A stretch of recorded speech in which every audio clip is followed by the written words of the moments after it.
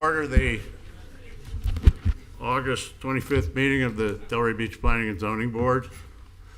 Ms. Miller, would you take the roll call, please? Judy Malika. Here. Mitch Katz. Here. Deidre Strong. Here. Christina Godbout is absent. Chris Brown. Here. Jeffrey Musselman. Here. Gregory Snyder. Here. Okay. Are there any changes to the agenda? Hi, Ms. yes. Dossery. Staff would like to request that we move 9A to be the first item, the capital improvements program update. I think with our large number of people in attendance, it would be valuable for that to be at the beginning of the meeting. That's fine with me. Can we have a motion? So moved to move agenda item 9A, in front of 8A. 8. Yeah. Great. Second. We have a motion by Mr. Katz, second by Ms. Malika. All in Is favor? all in favor? Aye. Aye. All opposed? No one?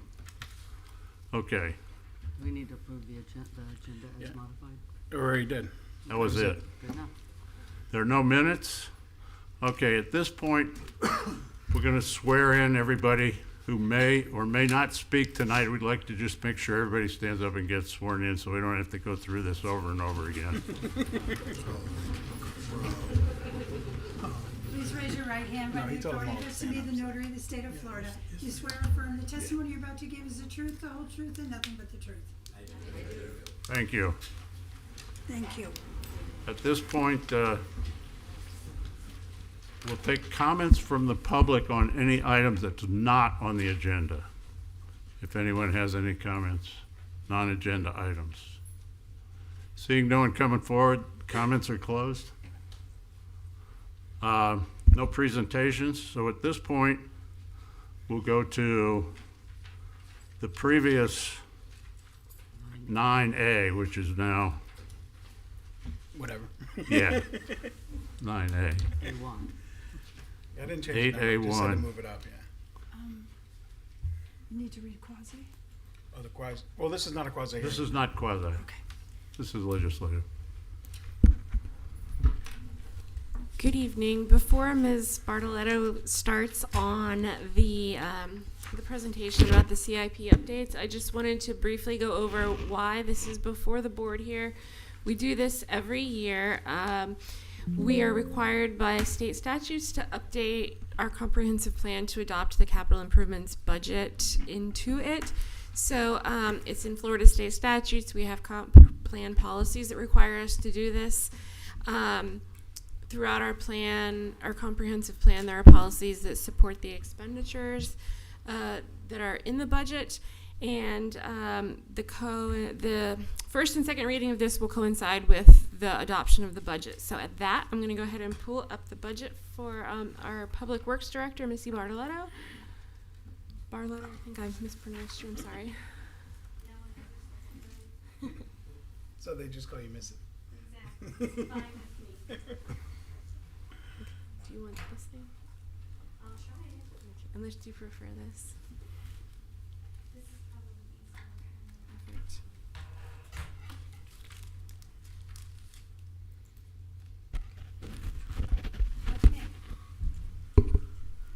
easier. Good evening, board members. I am Missy Bartoletto, the Public Works Director, and I'm here this evening to present you with our capital improvement program budget that is proposed at this point. So I'd like to start out with telling you this is a very large capital improvement budget. We're looking at about $300.6 million in the coming year. Approximately half of that amount will be spent on a new water treatment plant. If you take a look at that, you can see it's divided up by the different funds. Special projects are funded by a variety of different in lieu funds that frequently come before your board. There's a recreational impact fee for parks and recreation projects. The building fund is funded by fees paid for building permits. The beach fund represents a number of different things that we'll get into later into the presentation. The general construction fund makes up the biggest part of the non-water treatment plant related projects for the coming year, and that includes most of our roadway projects and those sorts of things. In 2023, the community voted in two different government obligation funds, one of those for recreation, another for public safety, and then the water and sewer fund, the water treatment plant funds. Those are both enterprise funds that are revenues for those come from your water bills and other fees associated with those programs. The municipal golf course has a very large amount for it this year. We're going to talk about that later on in the program. And Lakeview Golf Course has a very small amount for this year, which is mostly associated with replacement of their golf cart barn. The Stormwater Fund, there are several large projects, and we'll talk about those a little bit later.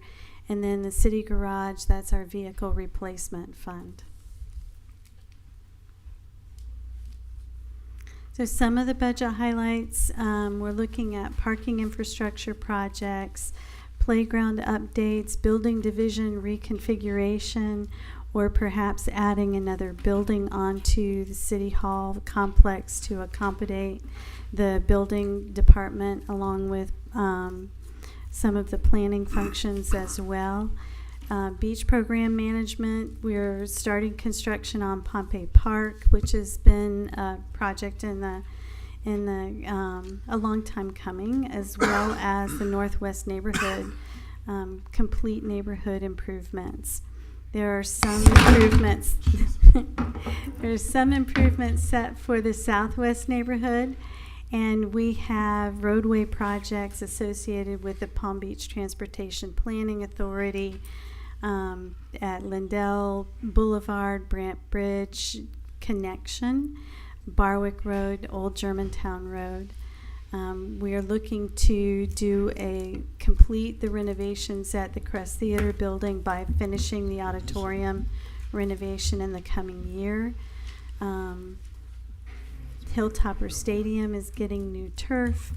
A new police department headquarters is one of the smaller projects. This one's only $100 million over the long term. Then the new water treatment plant, the municipal golf course restoration, Marineway seawall, roadway, and drainage improvements. That project is getting ready to get underway very soon. And the Thomas Street pump station rebuild is already underway. We're also looking at doing a complete neighborhood project in Tropic Isle. And of course, we have our annual vehicle and equipment replacements. So I wanted to start out this year talking about some our beach programs and some of the upcoming things that you're going to see happening on the beach. Even though most of this is funded in the fiscal year 25 budget, I didn't want to miss an opportunity to let people know that we will be starting beach renourishment in November once sea turtle nesting season has completed. That estimated cost is around $19 million. It will be a full contour beach renourishment, even though the federal government's participation in that is just for a storm repair. The city and state and county are working together to pick up the rest of the expense to do a full beach contour. Some of the other projects you're going to see right now, DOT is working along A1A and our beach promenade to improve some of the crossing signals that have not been working for quite some time. They were older signals that were put in there. They're no longer supported by the industry, and we can't get parts to repair them. So those are going to be replaced with LED light rapid fire That's what they call it. It's a terrible name, I think, but they call them rapid fire beacons. And they'll be much more visible as people pull up to the crosswalks on the beach. We will be getting one new crosswalk out of this at Nassau Street. So from Nassau Street to the beach promenade, there will be a new crosswalk. And while all these other things are going on, we're also going to be taking down the main beach pavilion and rebuilding it with sturdier materials, 316 stainless materials, some of the things that were not included in the last rebuild of the pavilion, which will make it last a lot longer. We're replacing a number of the promenade showers and fountains that are rusted and malfunctioning on a regular basis, and we're getting new benches along the beachfront. In the Northwest neighborhood, we are doing a complete neighborhood project that includes replacing water and sewer lines where necessary, upgrading stormwater systems, getting new sidewalks where they're needed, doing traffic calming, including speed humps and a lot of new stop signs. We're doing roadway reconstruction and improved street lighting throughout the neighborhood, which is right now deficient. The cost of this project is around $74 million over the next 3 to 5 years, and this project is 100% funded by the city CRA in cooperation with the city. So roadway projects, right now we have under construction North Swinton Avenue. That will continue into the next year. We're replacing roadway, sidewalk, water, wastewater, stormwater, and pedestrian lighting. We have added a roundabout at the intersection of North Swinton with North 22nd Street. So far, I only have one group of photographs of a big car hauler going the wrong way and just driving right over top of the roundabout. But, people will get used to it. Other projects we have under construction currently are at Lindell Boulevard and Barwick Road Phase 1, as well as on Old Germantown Road. All of these projects include multi-use paths along with new sidewalk, roadway, lighting, all of those. In design, right now we have the Brant Bridge Connector Project, which takes the project that was completed a couple of years ago at Brant Bridge and connects it to the Lindell Boulevard project. And funding has been awarded to the city for Barwick Road Phase 2, which we will be starting on design for that this year. And I know that there's been some concern from people in the area that they haven't been contacted yet for input. We're just now getting a firm on board to do the design, and there will be many public meetings to collect public input from people in that area. In Parks and Recreation, the biggest project that Parks and Recreation has ongoing right now is the reconstruction of Pompey Park at a cost of $45 million.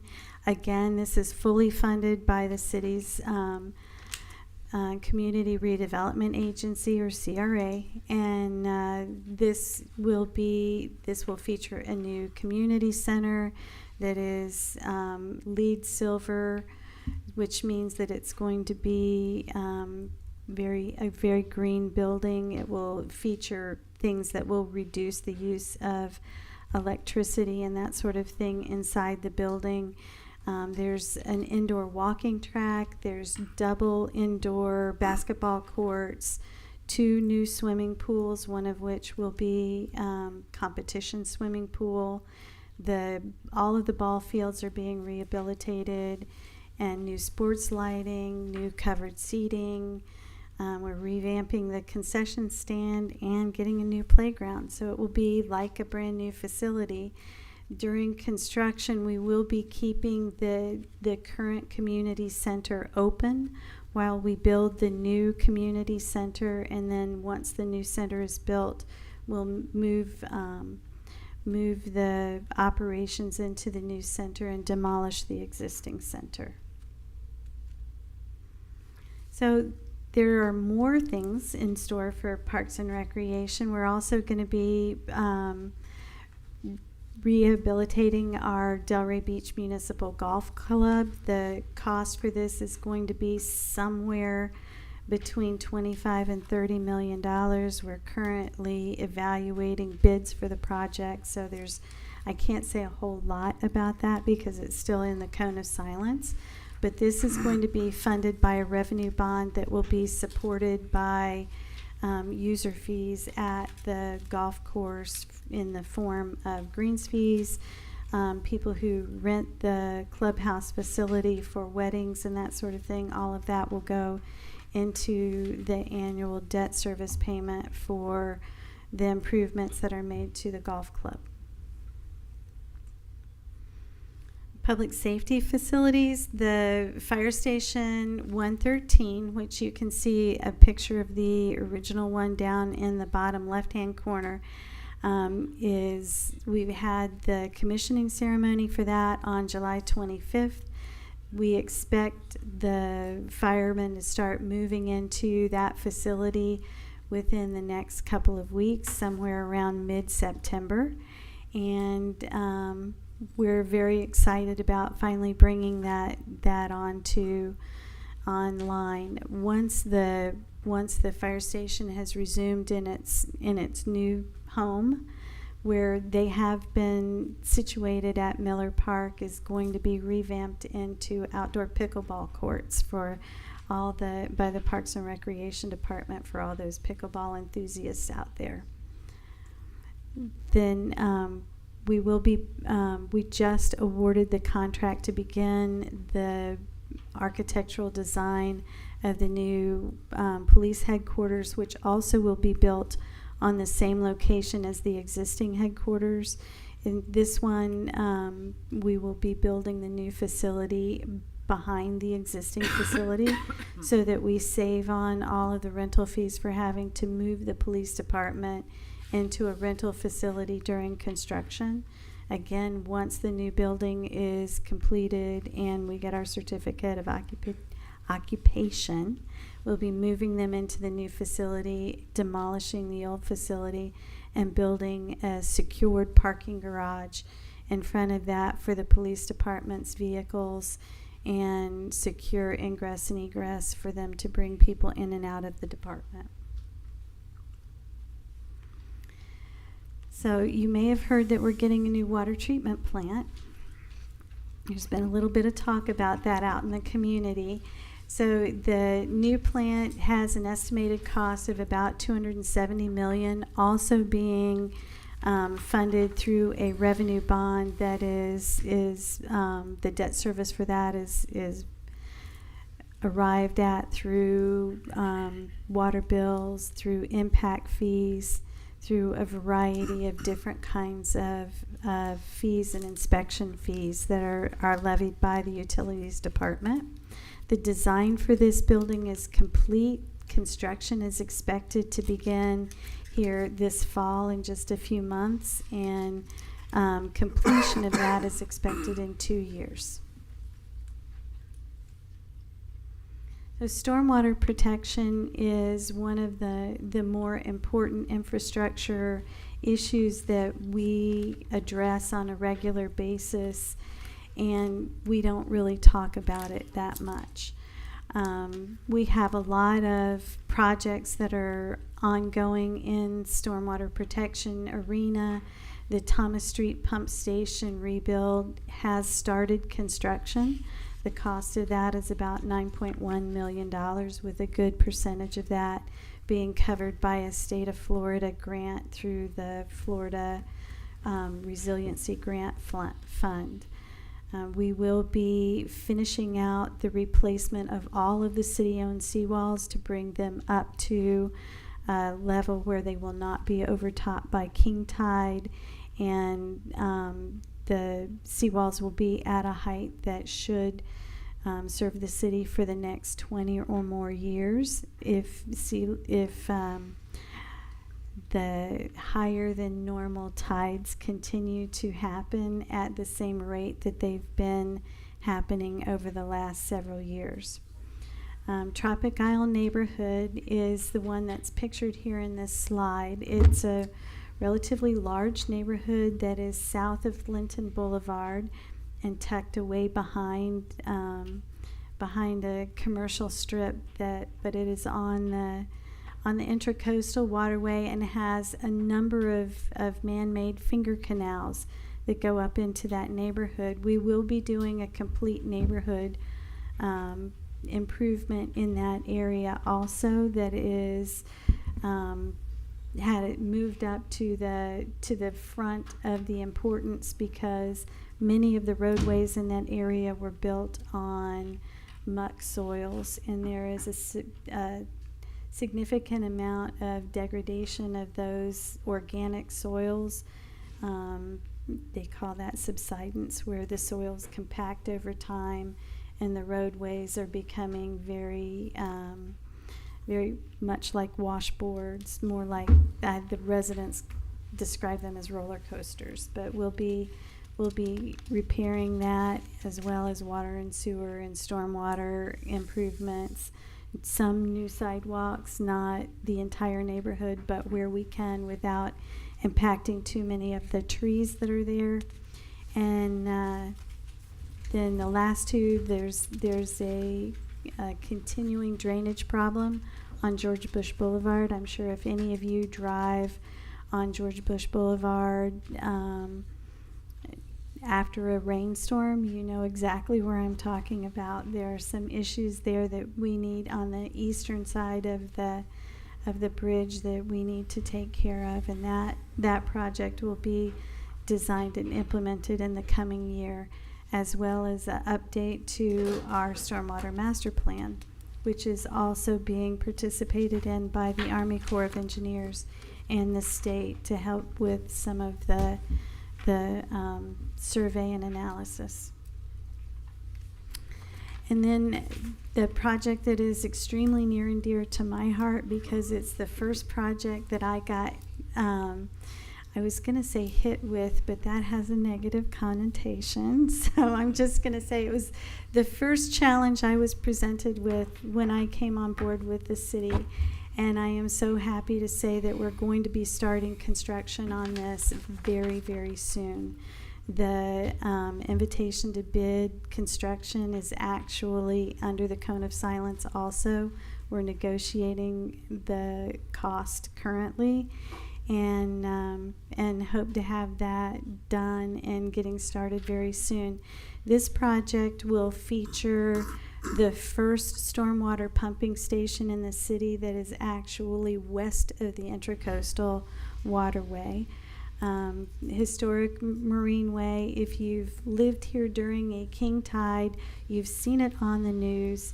As soon as king tide season gets here, every news van in the state heads to Marine Way to take pictures of what it looks like, because the seawall that was built in the 1920s has not kept up with the times. So we'll be replacing the seawall there without impacting the mangroves that are adjacent to it. We're returning the landscaping to photographs that were provided to us by the Historic Society from the 1920s, so that it will retain some of that original historic appearance.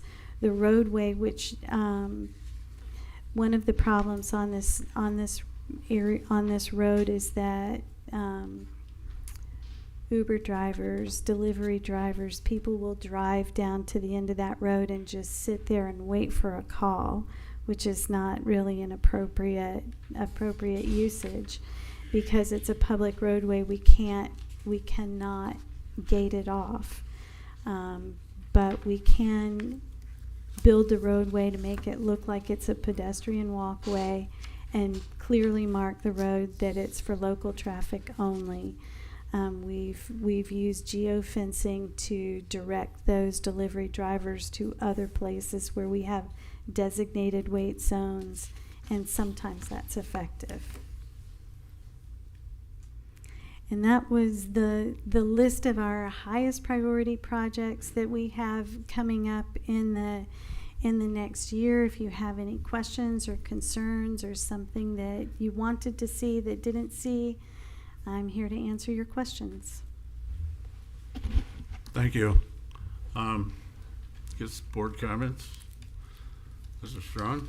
Chair, this is actually supposed to be a public hearing as well, so you should ask for Oh, public okay. comment. I wondered about that. Yeah, so is there anyone public who would like to speak to the capital improvement plan? Seeing no one, public comments closed. Okay, now, Mr. Strawn said nothing. Mr. Brown? Any comments? No comments from me. Wow. I know, right? It's not like Mr. Katz? Just thank you for Marine Way. Obviously, I was on the commission back when we gave you that challenge 100 years ago. At least it feels like that. And I know that due to the home recently not getting improved there, that whole subject has come up a lot on social media the last couple days. So that's good to convey to people that it's getting done. I do have a question. It's not on our plan because it was county, but during the hearing, I brought up Lake Ida being repaved between Congress and military, and staff said that they had the county was repaving it in FY25, which is about to end in a few weeks, and no construction has started. And they were going to email the county on 4/13/25, but we never heard anything back. But that that's really bad, that road still. So if we can keep on top of the county to get, if that was budgeted for last year, it should be already started. So We can look into that and find out. that was all I had. Thank you. Thanks. I have no comments. Oh, a couple of questions. And they're And I thought I was going to get Procedural. away with it. in the past, it seems to me that we had a whole session with public input of items to go on this, and we got a 93-page document. And that the procedure's now changed. We get one piece of paper and this presentation, and that's it. So I think I neglected to attach the previous year's previous year's capital improvement budget, which I've done in the past. I found it often created confusion about what was being presented now. So the full document I can make That's okay. available. No, I just was wondering why it just seemed a whole different procedure to me, that's all. It's the same procedure, but I may have not included some of the items you would typically see. So That's- Okay. The full capital improvement plan will be uploaded to back up for the commission meeting on September 3rd, Okay. where we'll be presenting the full Yeah. plan for adoption. I mean, all the projects are great. The numbers on here don't agree with the numbers you put up there 100%. So I assume those are correct. Um, And I my can real speak to that. question So- is, I don't Yes. know what you're looking at. So in the staff report that well, this comes out to, I mean, it's probably, I can't say that's insignificant because it's more money than I'm going to spend on anything this year. But it's 297 million, and up on there it was 300 million. Yeah, so the reason for that discrepancy is because I believe a few expenditures were added after this Yeah, okay, published. that's what So just- she's so those are definitely, right. those are the correct Yeah. ones. yeah, That's what I thought. Yes, these are the correct numbers. Budgets are up until the last vote of the commission. Budgets are fluid. Yes. So I'm not even gonna guarantee that these numbers are gonna be the final numbers. Yeah, I understand. Come Wednesday night. But that's what's going to. But Okay. it's gonna be very, very, very close. I don't doubt that. Do we need a motion? Thank you. Yeah, we need a motion Motion to approve Well, as presented. There's, just because of the way the statute's worded, I don't know if, Rebecca, if there you have the something in slide, or it's in the staff report, Staff but it's report a that motion says- to provide a statement. a of statement of finding that it's consistent with the comprehensive plan. Motion to provide a statement of finding that the proposed 5-year capital improvement plan for FY 25-26 through FY 29-30 and the FY 25-26 capital improvement budget as set forth on ordinance number 19-25 are consistent with the comprehensive plan. Second. We have a motion by Mr. Katz, second by Ms. Malika. Do we call the roll? Do we need to roll? Yeah, let's call the roll. Judy Malika, Yes. Mitch Katz, Yes. Deidre Strong, Yes. Christina Gambad is absent, Chris Brown, Yes. Jeffrey Meiselman, Yes. Gregory Snyder. Yes, that passes 6-0. Thank you. Thank you very much. Ms. Barletto, very nice.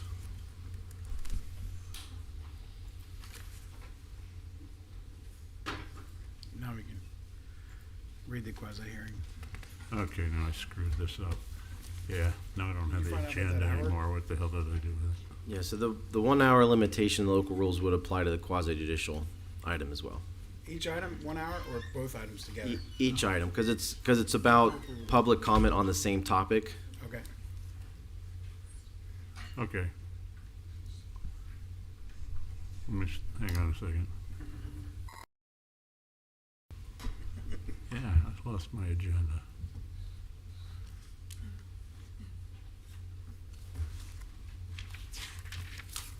There it is. Okay, well, read the quasi judicial rules.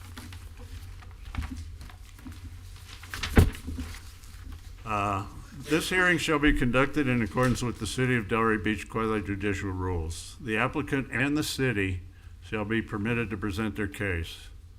The public shall be allowed to speak for 3 minutes each, or a maximum of 6 minutes if the person represents an organization or group of people who are present but agree not to speak. And as we just heard, the total public comment is limited to 1 hour. For each item. So For each item, yeah, obviously, yes. The board members, staff, and the applicant may be allowed to cross-examine a witness, and the city and the applicant will be allowed to offer rebuttal testimony. The decision to approve or deny an application or appeal may not legally be made upon personal views as to whether a project is a good project or not, nor may a decision be based on the number of citizens who support or oppose a particular project. The law requires that all decisions must be made on the basis of whether the project meets the requirements of law, the comprehensive plan, and the land development regulations. Okay. Witnesses have been sworn in, and we want to enter, Okay, got it. I got it, item 8A. Yes, good evening. Rebecca Dossery, Principal Planner in Development Services. I'd like to enter into the record file number 2025-178, and we have Mr. Costello here for our applicant to present. Thank you. And how many minutes does he get? he gets 15, 15? All right. and they get 15. Yes. I won't Mr. take- I think, Costello. Chair, I think it was actually modified Wait. down to 10 per side instead Huh? of 15. 10? I think the local rules have been amended so that it's Oh, 10 they have minutes. been amended? Yes, instead of Okay, 15. so he gets 10 minutes. And you have to ask about ex parte. Yes. I do. They keep coming up. Okay, David lost his thing. And is there any ex parte? No. I got a phone call from Mr. Costello, but I wasn't able to return it. I did briefly speak to one resident on the way in that told me he was here to see it, but that was the extent of it, so. I spoke with Mr. Costello, and then Mr. Castor presented at a meeting that I attended to, and then I visited the site as well. I spoke to Mr. Costello. None. And I have none. Okay, All right. Mr. Costello, you're on. Evening Chair, Board, Jeff Costello, JC Planning Solutions, representing the applicant. So this particular development is basically Grove Estates. This particular property that we're talking about is indicated up on the screen. It's basically internal to this development. Right now, there's a construction fence in this location. The property to the west is 300 Grove Place. That again just shows the area that's been unimproved right away for decades. It's 50 by 27 feet. And then these are just some photos. This is from the south side of the construction fence on Northwest 2nd Avenue. The property, of course, dead ends. Then there's third court to the right. This is on the north, from interior to the development of Grove Estates. And you see right now, it's just landscape. This little, we'll get into the utilities as we go through the presentation. And these are just some surrounding properties. As I mentioned, that on the north end, that's internal to the new development. And then this is, of course, looking south on Northwest 2nd Avenue, and then the road turns to the east, and then there's third court. And then you see the construction fencing. So no issues with regard to access in the community. This is all part of a right-of-way that goes back to the original town of Linton Plat, and then that was that block 41. It was re-subdivided, and it really is the just right here is 300 Grove Place, and so this shows the area that, and then this is the original block, and this shows the area that's to be abandoned. This here, I want to note, is an area to be dedicated, which has not, it's basically existing street right there. And then these are two recent plats, and again, this depicts the area to be abandoned and to be dedicated. That's all part of the recent development, the Case and United Methodist plat, as well as Case on Court. And so the abandonment, again, this is for a 50 by 27 foot area, a little over 1,300 square feet. This area will be then incorporated into this lot right here, 300 Grove Place. The entire area would be conveyed to that lot. Right now, it is currently that the client owns both sides of the area to be abandoned, but eventually that will be sold off to that owner of that lot, or conveyed to the owner of that lot. The land use designation is low density residential zoning, R1A, and as part of this, as I indicated, there'll be a 25 by 25 foot right-of-way dedication right here. This is First Avenue, Third Court, and so this corner, as part of this, will be dedicated as well. This is a little close-up area of the area to be abandoned. This area here is where there are some existing utilities. The city has requested a 12-foot water and sewer utility easement to cover some valves and really mostly was water, a main in that area. And so it's a flushing valve and a backflow preventer. And so, as requested, we're proposing that to dedicate that easement. With regard to comprehensive plan policies, the proposal is consistent with the comp plan. The right-of-way is surrounded by single-family residential, R1A. The abandonment area is a dead-end portion of 2nd Avenue, has been unimproved for years, has never been improved. Abandonment area is not being used as a means of access to a property. It is not being used as a connection to Grove Estates, and it is not outlined in the city's capital improvement plans, as you just saw in the past, that in any improvement whatsoever in the future. And so granting the abandonment will not impede the use of the abutting rights-of-way. As indicated, those rights-of-way will stay as improved. Positive findings can be made with LDR section 249B6. The abandonment criteria on the screen, there is not, nor will there be any need for the use of the right-of-way for any public purpose. The abandonment does not, nor will not prevent access to a lot of record, and the abandonment will not result in a detriment to the provision of access and or utility services. Abandonment, again, it's dead end, no need for the right-of-way for any public purpose. Access to properties is maintained. The water and sewer easement will be provided. The 25 by 25 foot dedication we're proposing for First Avenue is included as part of this proposal.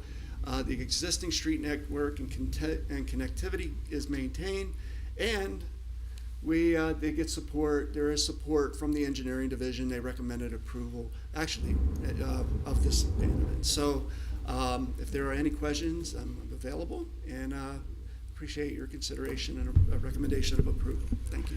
Thank you. City.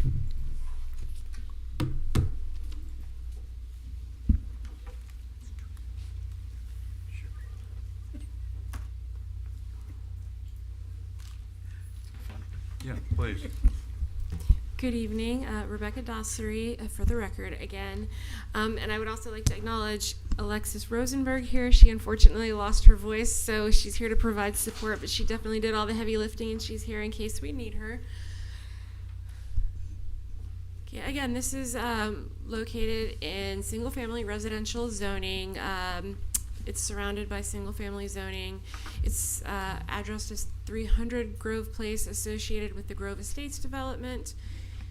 We have a few views of the abandonment area here. There's 1,354 square feet of roadway that the applicant is asking to abandon. It's immediately east of 300 Grove Place. The reason for this request is a few, actually.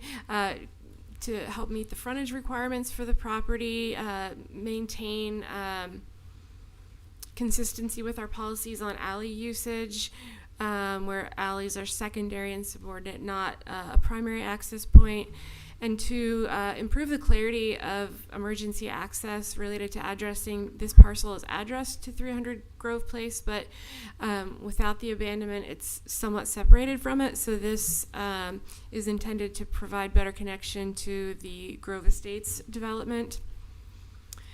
We have an image here that shows the original plat for this block, and you can see north of Northwest 3rd Court.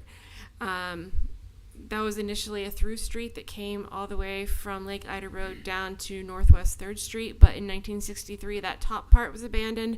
So what you have here as the subject abandonment request is essentially cleaning up some a remnant piece that doesn't really provide a function anymore. And as we go into the criteria, we can explain a little bit more about why it's not necessary. So abandonments have to be split 50-50 between adjacent property owners. So the abandonment area will be given to the Grove Estates development, Tract C, as well as 300 Grove Place, but the applicant has communicated an intent to deed that over to the 300 Grove Place, making it just part of that. And that's the image shown on the right. The one on the left with the blue is what it would be without that dedication. As part of the findings, there has to be a finding made that there's no need for the right-of-way. It doesn't prevent access to a lot of record or result in the detriment of the provision of utility services.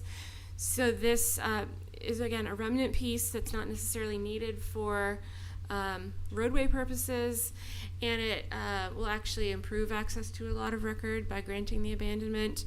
And utility services will be continued to be provided with this easement that engineering has asked for. And further, this will give better access for 300 Grove Place to receive utilities from the same system that Grove Place or Grove Estates is using. So the conditions can be imposed upon the recommendation of the engineer, and as has been discussed, there is a utility easement. Our comprehensive plan generally does not support the abandonment of right-of-ways. They're very important in keeping connectivity throughout, but this is a remnant piece, and so granting of the abandonment would not be in violation of those policies. And we have your options for board action. We're here to answer any questions, as is Mr. Costello. Thank you. Thank you. At this time, is there any member of the public who would like to speak? Please go to the podium, state your name and address. Hello, I'm Dana Delaney. At the podium, please. Hello, I'm Dana Delaney, and my address is 327 Northwest 2nd Avenue, right across from the abandonment. And my question is, if that's abandoned, how will it be maintained on the street side, Northwest 3rd Court? Will there be a wall that goes across? And is that wall going to replace the cyclone fencing that's up right now? And then who's going to manage all the weeds that I've been trying to get cut down for a very long time, but got cut down just for this meeting? So I'm just curious, how will it be maintained? Thank you. Thank you. Was there someone else, please?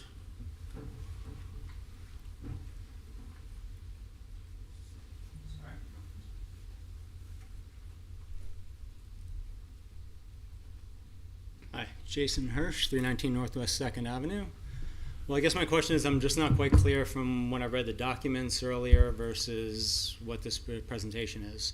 So is this abandonment, which it sounds like it's going to be given to the property, is this going to have any gate or entrance into the community from there? Or is this just landscaped as what was agreed to a few years ago?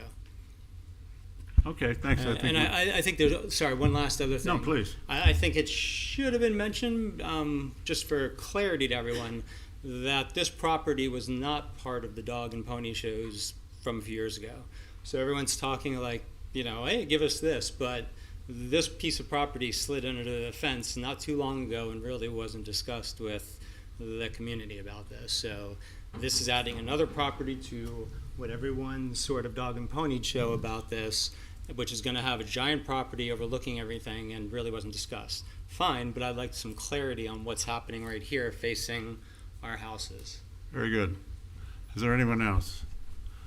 Mr. Costello, would you like to address those questions? Well, Chair, if there's no more public comment, he can address them on rebuttal if he choose. Okay. Is there any more public comment? Seeing none, public comment's closed. So, is there rebuttal or cross-examination? Yes. Please go ahead. Yeah, Brian Grossberg with Azure Development, 290 Southeast 6th Avenue, Delray Beach. So just to answer the last question, the reason why this was never brought up in the original site plan approval, because this property, although we tried to purchase it because it was really a missing piece in our overall site, was not available for sale. We had contacted the seller multiple times, and the seller was refusing to sell. Finally, they did agree to sell this property, just guessing on the date, probably a year or so ago, so well after we went in for the approval. So we did try to acquire it prior to the original. We wanted to include it in the original plat and in our original site plan, but it was not available. There was no need to replat this or anything because it is a platted lot. It's a separate lot within the community. So that's why it was not brought up. To answer that question, in terms of, you know, putting up a wall or anything of that nature, it was really frowned upon by many members within the Northwest community. So we agreed as part of our last approval not to put any type of wall or anything up, separating this development with any type of wall from the community to the south. So in terms of maintenance, because I heard that question beforehand, and they said how all of a sudden the hedge was trimmed and cleaned up. It wasn't all of a sudden or related to this meeting whatsoever. We just hired a new landscape maintenance company that's much higher end now that the majority of the improvements and landscaping is within the community. So you're going to see a much higher level of maintenance of all the plantings that have gone into the area, and that's going to be maintained on a very regular basis. The new maintenance company, just to give you a difference, the old one was coming once a month, sometimes twice a month during the summer. This new one will be coming on a weekly basis. So you're going to see the overall maintenance of this area and the area that was not being improved, that we're talking about, the abandonment, being maintained, you know, properly in perpetuity with this new maintenance company, and then by the HOA, you know, once the community is finished. No. Oh. I'll ask him that question. Yeah, we'll can ask that cover that. So the access is from Grove Place. There is no access off of Northwest 2nd Avenue. That's the access to 300 Grove Place is from the internal to the development. No, so that's the access. Anything else? Staff? Yes, sorry, bear with me with my voice. I'm sorry. Alexis Rosenberg, Senior Planner for the record. Just wanted to make one quick point of clarification. It was pointed out to us that under consider board options, I'm sorry. There was a mistake where it was accidentally listed as a 100-foot wide right-of-way. We corrected it on the presentation and have since corrected it in the report to reflect that it's a 50-foot wide right-of-way, not 100-foot wide. Oh, okay. Yes, so that's the correct, those are the correct board options. And then also, just another comment, I think, in response to what Brian or Mr. Grossberg had been saying, is that a part of this right-of-way abandonment proposal, there is no vehicular access to the Grove Estates community from Northwest 2nd Avenue. However, as part of the Class 2 site plan modification that was approved for the entire Grove Estates community, there was like a small pedestrian access point, but that's not, that's a little bit more east to where this right-of-way abandonment area is. Thank you. Thank you. Where am I? To the board. Okay, to the board. Mr. Meadleman. I have one question for staff. On an abandonment, where does the liability lie if the city abandons the property to the HOA or the developer? Can you just clarify what you mean by liability? Well, you know, an accident happens on the abandoned property. Is that still city responsibility, or does that go to the HOA? No, once the right-of-way is officially abandoned, the city would no longer have an interest in the property, so it would have no obligation to maintain or be responsible for anything that happened on that area. Okay. That's it. Mr. Katz. Just a couple to the applicant, Mr. I know there's not going to be a fence around, but I'm assuming the individual homeowners will be able to put fences around their property? Yeah, so right now, as this is designed, there are pedestrian gates to each of the individual homes, but not to their front entrance. It's actually along the alleyways, there's pedestrian gates, and then there's just pool barrier gates getting into the sides of their homes. So there isn't actually, separate gates as of right now designed on any of these homes to get to the front entry of them. Gotcha. But they could potentially fence their property, right? Yeah, I mean, their property in terms of their backyard areas and their pools, like any home, within the community that has a pool, is going to have a fence with a gate. So like this, if you can bring up that now will be one lot, including the abandoned area, correct? Yes, but to be So he honest, could and fence to that be off. clear, that lot is going to provide an easement. We're just doing it honestly so that to be completely transparent, we don't have to replat the entire Grove community, because if they got this new, half of the abandonment, in theory, it would have to come in for a replat. So what we're going to do is basically dedicate it to 300 Grove Place, but then in turn, 300 Grove Place is going to give an easement to the HOA so that it could be used as common area. So it's really just going to be open space as part of the community. It's not really going to be fenced in as part of 300 Grove Place. As you can see, it's like a little missing piece in the green area of our community, and it's just going to help beautify the overall community and have more open space within the community. So it's not going to be, private property per se of 300 Grove Place. It's really going to be used by, the overall community. Can that be a condition in our approval that? Just want to read the language on conditions, just to make sure. No, we have 'Cause to add a condition for the easement. Can we also add a condition that there's a easement to the community as well? Right, my concern would be that it's really an easement between two private parties. So I think the city can reserve some type of right, which would be that easement for the utilities. I don't know if the city could condition the easement between the private property owner and the HOA, but I'll look at the LDRs and see if it gives any direction. That's the only questions I have. Okay. I have no questions. I would be in favor of this. I have no Mr. questions. Brown. I'm in favor of Okay. this. Questions? Yeah, I don't really have questions. I just think I'm trying to understand so this, call it the border between Grove Place in the existing neighborhood, there's no, you're not putting up a wall, there's not gonna be a physical barrier, or there's gonna be a vegetation barrier? There is landscaping that's on the landscape plans that is planted. So there will be landscaping in that entire green space. Yeah, all area. along the whole Yes. southern boundary. There is And then- landscaping on the site plan. And then farther to the east, or possibly even far enough east to where it's not on that picture, there's a pedestrian There's a gate? pedestrian access point, yes. Okay, Just east of the, and Alexis, correct me if I'm wrong, just east of the abandonment area. Yes, that's yeah, correct. okay, just right over here. Yeah, Okay. because we couldn't do it in the abandonment area as part of the prior site plan. It wasn't our property. Yeah, I So that's understand. why we, we're gonna actually And, okay. do a little connection out of either paver material or concrete or something to connect it to the roadway there. And part of my understanding, and I haven't heard it really talked about tonight, is that part of this is necessary for the emergency vehicle being able to access the Addressing. property properly? Yeah, so just to elaborate that a little bit, so the fire department or the fire code says that there's a maximum distance of 50 feet from where the truck parks to where the front door or any exterior door is located on a building.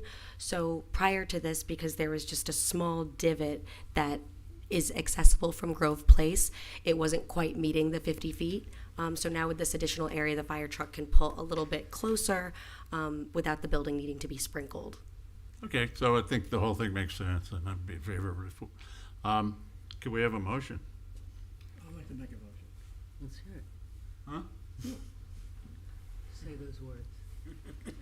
Move a recommendation of approval to the city commission regarding a privately initiated request to abandon a They I changed don't know, that they to still 50. fine. Well, just let them know they changed it. Oh, it's 50 She's feet. trying to yeah. help me read. No, you got it. Did I get it backwards? No, you're doing fine. Just they changed that from 100 to 50.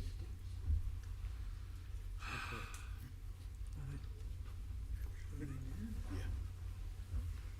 To abandon a 50-foot right-of-way, thank you, dear. 50-foot wide portion of city-owned right-of-way adjacent to 300 Grove Place, totaling approximately, Brian, is it still 1,354 square feet? Yes.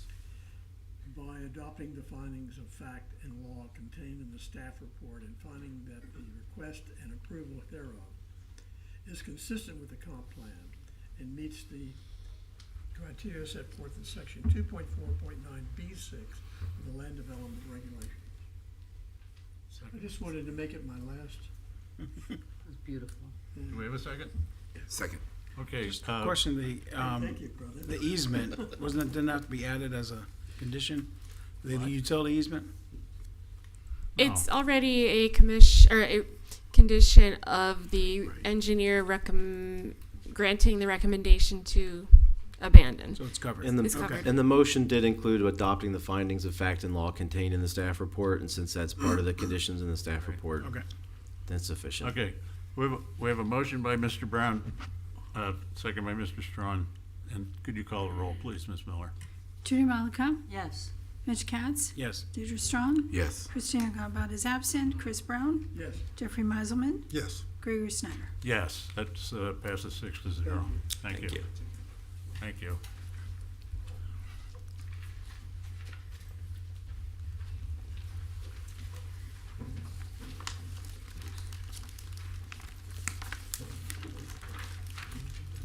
Okay.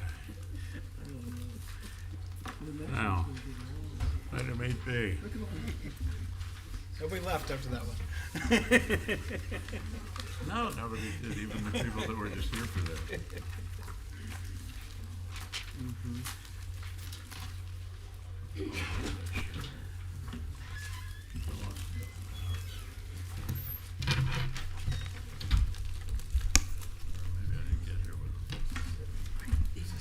Good evening, this is Grisel Rodriguez, Senior Planner, putting application 2023-168 abandonment in Old Palm Grove. Thank you. Any ex parte? Yes, I spoke with Ms. Kaiser, and I went and visited the site. Same, I met with Ms. Kaiser, and I also drove the site as well. I've done the walk from Federal Highway down to Palm Trail. No ex parte. No ex parte. None. Okay. We're entered into the record. Ms. Kaiser? Good evening, Chair, board members, staff, thank you very much. And to my neighbors, thank you so much for attending and giving us this opportunity to present to you our side of the story on a not as easy application as the one before, but we really do appreciate the opportunity. My name is Andrea Kaiser with Kaiser Legal, 55 Southeast 2nd Avenue, Delray Beach, Florida, 33444. And in full disclosure, I am representing the applicant, but I've also been a resident of Old Palm Grove for more than 10 years. And Chair, I did want to clarify, I apologize, but the local rules do allow for 15 minutes for quasi-judicial. So Ms. Kaiser will have 15 minutes. Okay. So here I just want to orient you on where Old Palm Grove rests. So it's between Sandy's, our beloved Sandy's, and also Barkingham Palace and that cleaning depot. Across from us is the motel, the Goodwill, and the Mitsubishi Motors. We're physically connected to the estuary. Everyone gets confused because we're on Estuary Way, but we're not a part of the estuary. We're an independent community called Old Palm Grove, but we are connected to the estuary. And the estuary is, we have a private separate agreement with the estuary where they're allowed to use our roads to access their back entrance. And that agreement continues to remain in effect even if you were to recommend approval of our application today. In Old Palm Grove, there are 11 townhomes and 33 single-family homes, and we're really talking about the 33 single-family homes that are most impacted. And we also want to share with you that more than 3/4 of Old Palm Grove residents are full-time residents in the community. So here is a closer view of the community, and you can see Old Palm Grove is outlined in green. Our internal streets, they are owned and maintained by the HOA. So we are responsible for all the maintenance repair within the community. In pink is Estuary Way. I just wanted to kind of delineate those lines for you because that will matter later on in the presentation. So you can see that we're separate yet connected. Our land use designation is medium density and our zoning district is PRD, Planned Residential Development. We're really surrounded on the north, south, and east sides by residential, but across Federal Highway, we've got some commercial on the west side.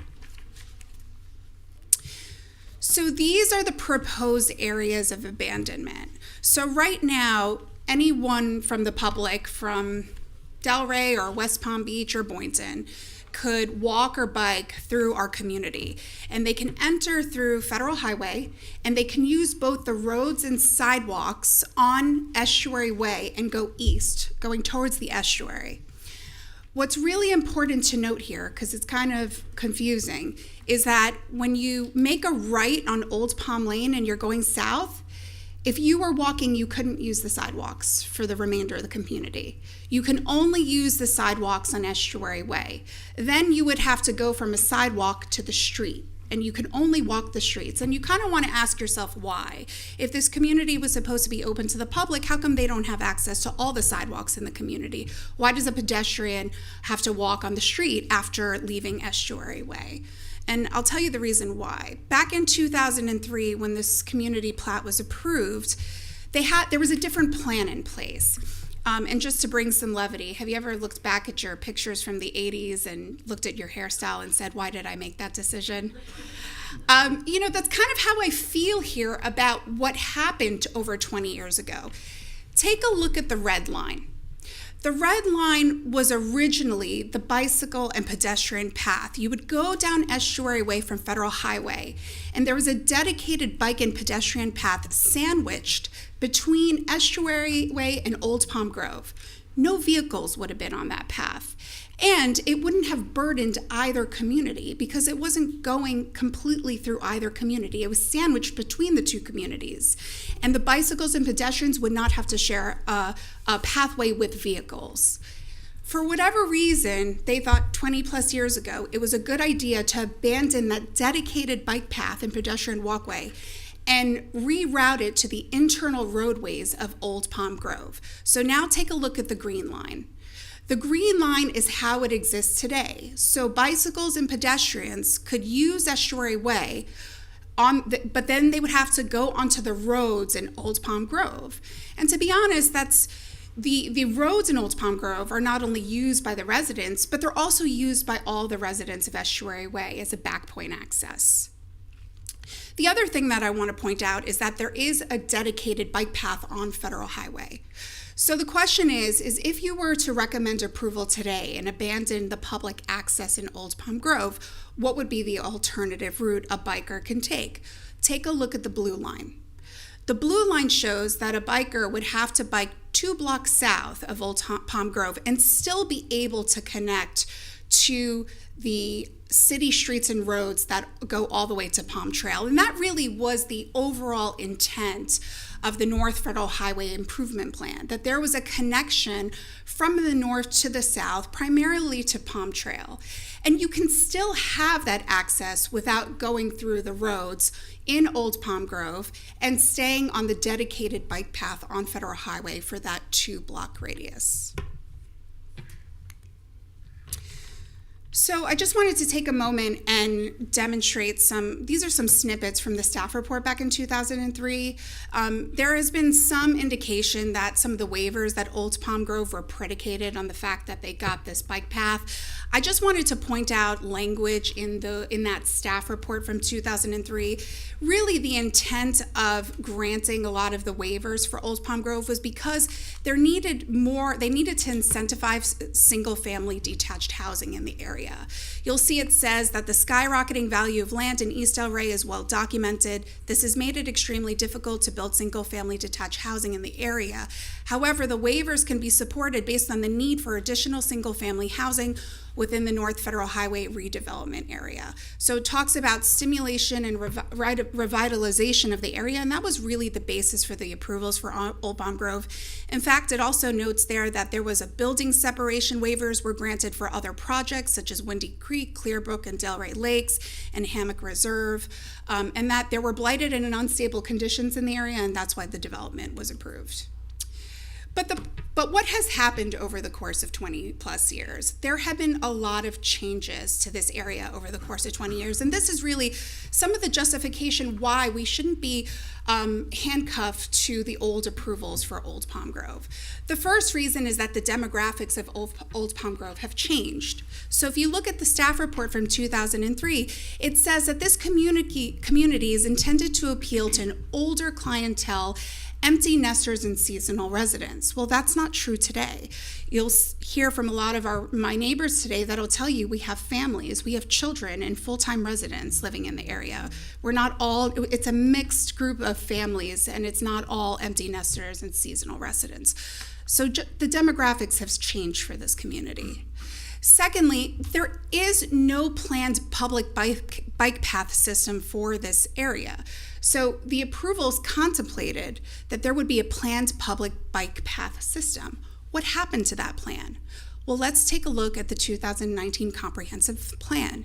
You'll see the bicycle network is not included in our community. It's dedicated to Federal Highway. Let's take a look at the pedestrian network. As you can see in the circle, it's not included in the city's comprehensive plan. There's also a 2024 bicycle and pedestrian study. I don't know if that was adopted yet, but it's on the city's website. And it says in the bicycle and pedestrian study that this area, that 2-block radius that we're talking about, is low crash, low traffic stress, low to medium demand, and it is it's not recommended that there be a bicycle path and a pedestrian path through Old Palm Grove. So if it was so important to have a bicycle path and a pedestrian path through Old Palm Grove, then why isn't it included in today's plans and future planning? It's also not identified in the regional greenways and trails plans, as you can see from the circle identified here. And finally, the North Federal Highway Redevelopment Plan has not been amended since 1999. And the implementation of its principles have been inconsistent, inequitable, and at times abandoned over the course of the 20 years. So, as a community, we agree that it would have been nice to have this wonderful interconnected community for pedestrian and bicycles. But the problem is that the plan hasn't been implemented equally across all the communities in this area over the past 20 years. So take a look at Windsor community north of us. It's a private community, no public access is allowed. Kokomo Key, private community, no public access is allowed. The Estuary, private. St. George's Place, built in 2016, private community, no public access is allowed. So we are the only community in this area that is private, that privately owns and maintains our roads, but we are open to the public and responsible for every public person that comes into our community. So let's take a look briefly at the criteria. The findings for an abandonment of a right-of-way is that there is not, nor will there be a need for the use of the right-of-way for any public purpose. So the two key words are, is there a need, and is there a need for the public purpose? First of all, there's no need to make this private community open to the public. There's an alternate route that's reasonable. What's that alternate route? It's a 2-block route that has low crash and low traffic stress statistics. It's not included on any of the city's plans. There's no evidence that's been presented of any injuries or fatalities in this area that would justify continuing to make Old Palm Grove a public place, and that going through Old Palm Grove is safer. There's already a dedicated bike path on Federal Highway. It doesn't have the same conflict with cars as it does on Old Palm Grove streets. Old Palm Grove is not listed in the city's comprehensive plans, which I just demonstrated. And more importantly, let's take a look at public purpose. The safety and security and welfare of the residents of Old Palm Grove serves a greater public purpose than a bike path when there already is a bike path in the city.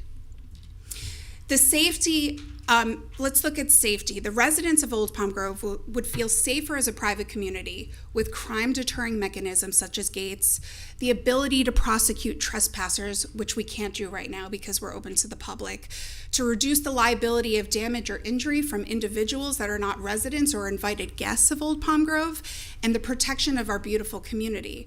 Our neighbors, the Estuary, have also indicated that they would feel safer if our community was also private because they use our community as a pass-through.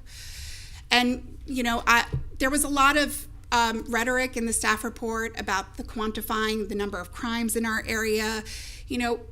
Our goal is to prevent crime and deter crime. You have to ask yourself, how many crimes would it take to bring forward our safety concerns? And should we be proactive, or do we wait until a serious crime is committed? What crime is tolerable? The point that we're trying to make is that when we're open to the public, you invite crime or criminal activity that otherwise would not be intended if there was mechanisms in the community that were crime deterring. And take a look at the city's CPTID assessment. They tell you in their assessment that the Delray Beach Police Department, in order for them to enforce trespassing violations on the property, the signs have to be posted on the property with the correct Florida statute. Well, we can't do that because we're open to the public. But if you recommended approval of our abandonment this evening, then we could post those no trespassing signs. They also go on to talk about our security gates. They're not locked. We've got some gates in our community, and they say you would be safer if you could lock them. But we can't. We can't have transponders because we're not a private community. We're open to the public. And the welfare of Old Palm Grove residents, it seemed like a good idea 2 decades ago, but really being open to the public has become a nuisance that impacts the welfare and quiet enjoyment of our residents in the community. There's damage. You'll hear about our damage to our landscaping and streets, littering, failure to clean after animals, loitering, unwelcome solicitation, noise, unauthorized use of our pool, and yet we're responsible for all the maintenance and repairs. And I'll share a personal story. When I was strolling with my infant down the streets in my own community, there was someone who was using our park bench every night to to sleep on, and they were on drugs, and they were sleeping on our park benches, and they were allowed to do it. And there's nothing we could do as a community to remove that person because it is currently open to the public.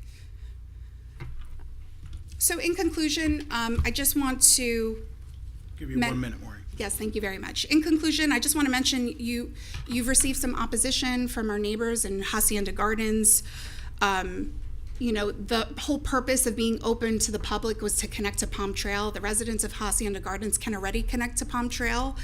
We're not worried about them. We're worried about the non-Delray residents that are lingering in our community at 10 and 11 o'clock at night that we don't know about because we're open to the public and we don't want to be.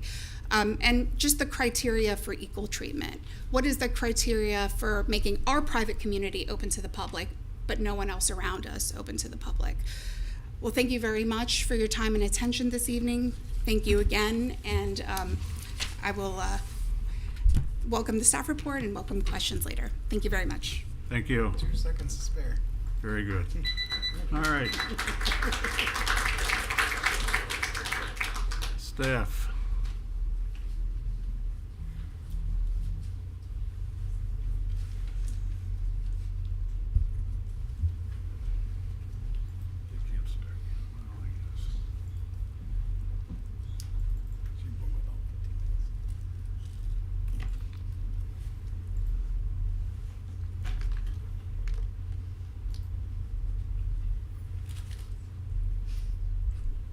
Good evening once again, Grisel Rodriguez. We present the item 8B, file 2023-168. Old Palm Grove the request is to provide a recommendation to the City Commission on Resolution 01. I can't hear you. The mic needs to be a little. Okay, better? Yeah. Much better. Okay. So the recommendation to the City Commission on Resolution 0125, abandoning the right of public access to open space tracts 3, 4, 5, 10, 12, and 13, and Old Palm Lane, Eastview Avenue east of Old Palm Lane, and parts of Estuary Way as recorded in the plat of Old Palm Grove.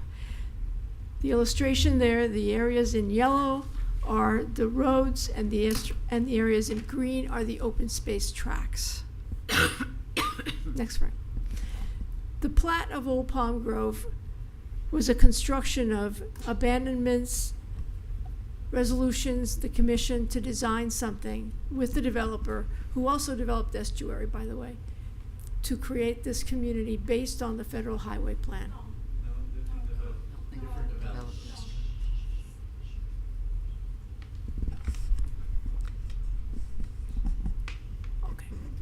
Specifically in the plat, it calls out the public areas for right of public access. In fact, one of the resolutions that helped create this, the commission continued the right of public access. When they abandoned Royal Palm, they added back the right of public access to that street. Next frame. This is a 4.62 acre planned residential community with 44 homes and 11 townhomes. 33 single family units are comprised, the area in yellow. Next frame. The planned residential district provides a combination of things: a residential zoning district with flexible densities in which multiple family and single family detached dwellings are designed together so as to promote improved design, character, and quality of the development. Next frame, please. This is part of the history of how Old Palm Grove became Old Palm Grove. Multiple easements in 2002 and 2003 were abandoned. Roadway refinements approved to improve pedestrian connection within the development, and a plat was approved including an alley abandonment to the south section. The access gates at Eastview and Estuary Way were approved in 2020. It's the history of what we have. Next frame, please. As I mentioned, Royal Palm Boulevard, abandoned by the commission, specifically retained ingress and egress access. Estuary gave up pedestrian ingress to Old Palm Grove, and La Hacienda was added with the intent to create a public park. La Hacienda Gardens, which was a combined CRA and city project. Next frame, please.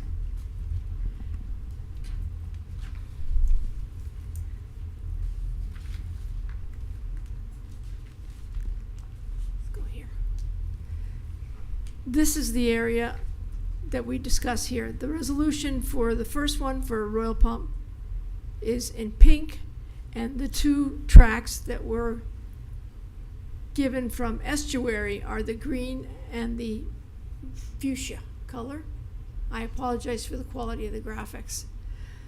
These were later incorporated into the development so that it was redesigned. As the applicant stated, there was a change in the MDP, which made it possible to create a different flexible density from these two tracks. And they realigned the tracks to provide these pedestrian and bicycle paths within the development. Next. Okay. Section 3.1.1 required findings of land use map designation is not applicable in this case. Concurrency is not applicable in this case. Consistency with the comprehensive plan will be discussed in the following slides, and compliance with the LDR will be discussed in the following slides concerning section 2.4.9. Consistency. The plan says we do not close or abandon streets or alleys because we encourage connectivity of vehicular and pedestrian access. That was one of the key elements within Old Palm Grove, the way that it was designed, to keep that element. Next slide, please. The North Highway redevelopment plan, created by community, private industry, and the public to revitalize this corridor. The reconstruction uses traditional neighborhood principles to facilitate pedestrian movement and connections, the completion of the road network, and the proper connection of an existing neighborhood to future development areas. The way it's designed now is it breathes and moves through those areas with the paths. And it creates new public places with the park and the areas inside Old Palm Grove. Next slide. This is a review of the plan principles of the North Federal Highway Development Plan, facilitating pedestrian movement and neighborhood connections. This would cut pedestrian movement and neighborhood connections within that area. The completion of the road network. This would create an enclave with no public access. The creation of new public places. It would cut off access to streets and landscaped open spaces in La Hacienda Gardens Park. Next slide, please. The principles of mobility. We do not grant abandonment, as we mentioned before. That we provide a right-of-way for the trail network with connections to the trail through local street connections, which is part of the mobility element. Provides public spaces to maximize accessibility to outdoor spaces, to be strategic about their location. And it provides interconnected greenways to link outdoor facilities, evaluates the alleyway system to connect recreational trails. These are all goals of the comprehensive plan. Next slide, please. The park was developed as a project of the CRA to create a pocket park in that area, because that was one of the things that was deemed missing by the redevelopment plan and the people who put it together. This pocket park functions because it provides entrance from the north through Old Palm Grove and entrance from the south, so that people can travel through this area. The Parks Department has furnished amenities and maintains the park, and the CRA donated the park to the city for maintenance.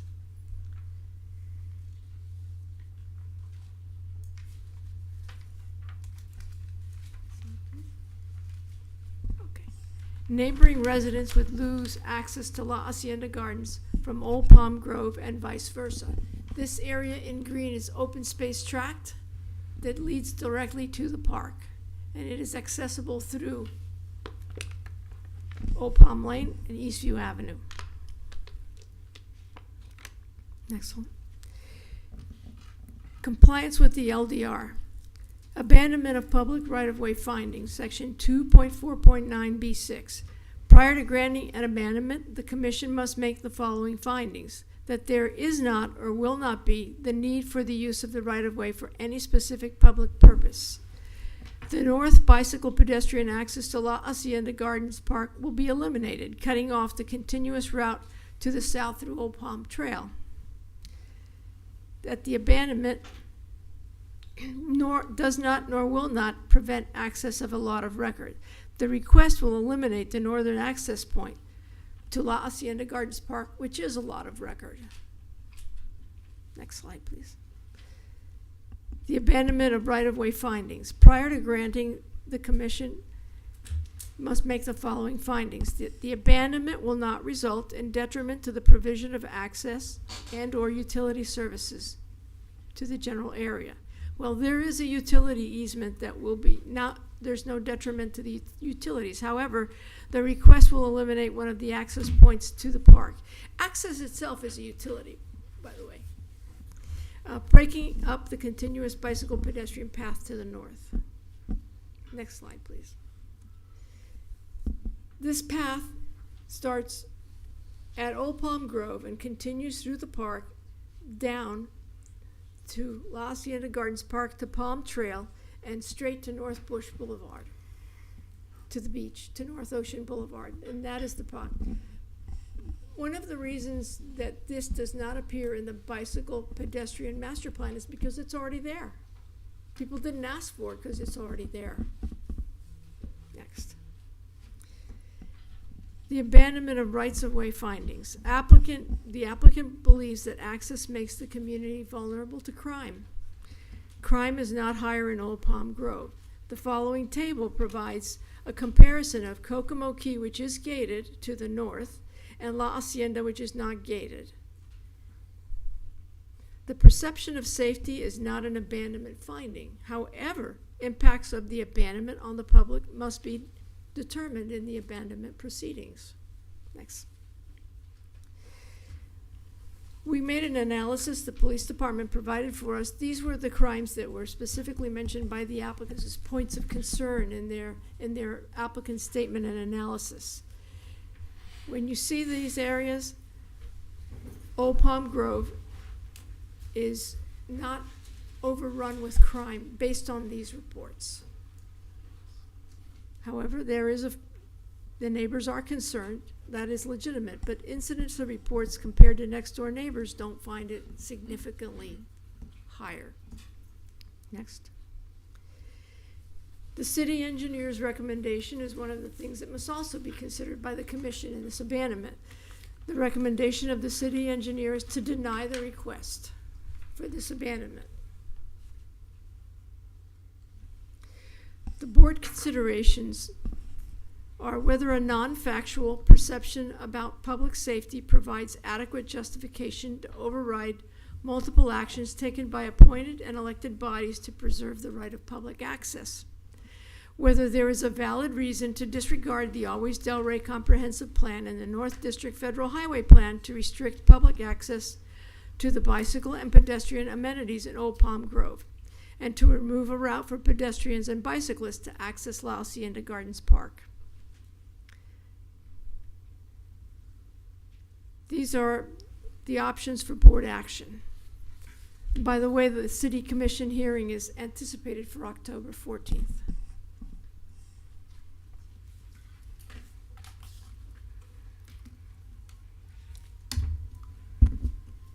By the way, Estuary and the Old Palm Grove have the same developer group. Sorry, they do not have the same developer. I can't read. Okay. Don't. Okay. Thank you. All right. At this point, we'll open the floor for public comment.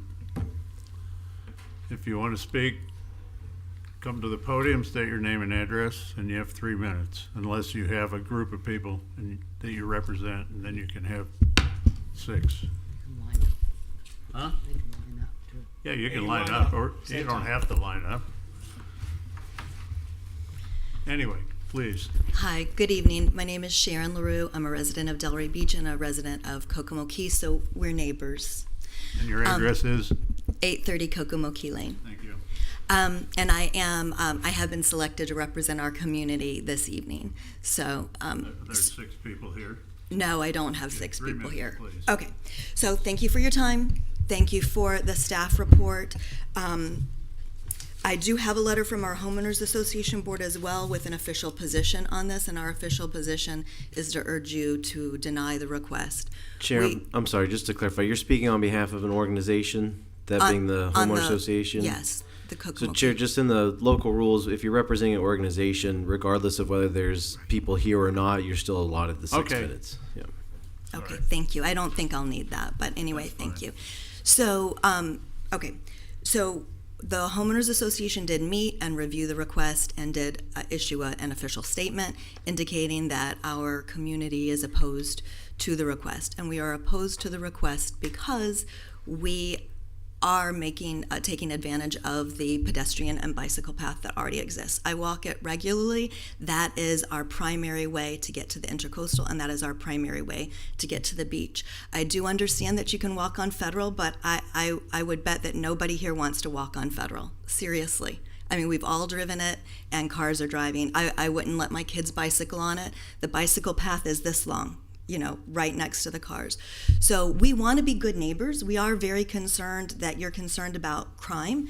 I did look at the crime statistics also, and the trends are going down, actually. In 2024, especially if you look at the crime data that might be impacted by restricting access, in all of 2024, there were only 2 incidents. In 2025, there have been none. And when I say that would be impacted by restricting access, I am excluding things like a domestic disturbance, right? Or one of the crimes listed was wire fraud, right? That's not going to be impacted. So we are sympathetic. We do suggest that research shows that one of the best crime deterrents is an open and active community. So when you have people walking around, pedestrians walking around and keeping an eye on things, that statistically does make your community safer because we're going to be looking out for each other.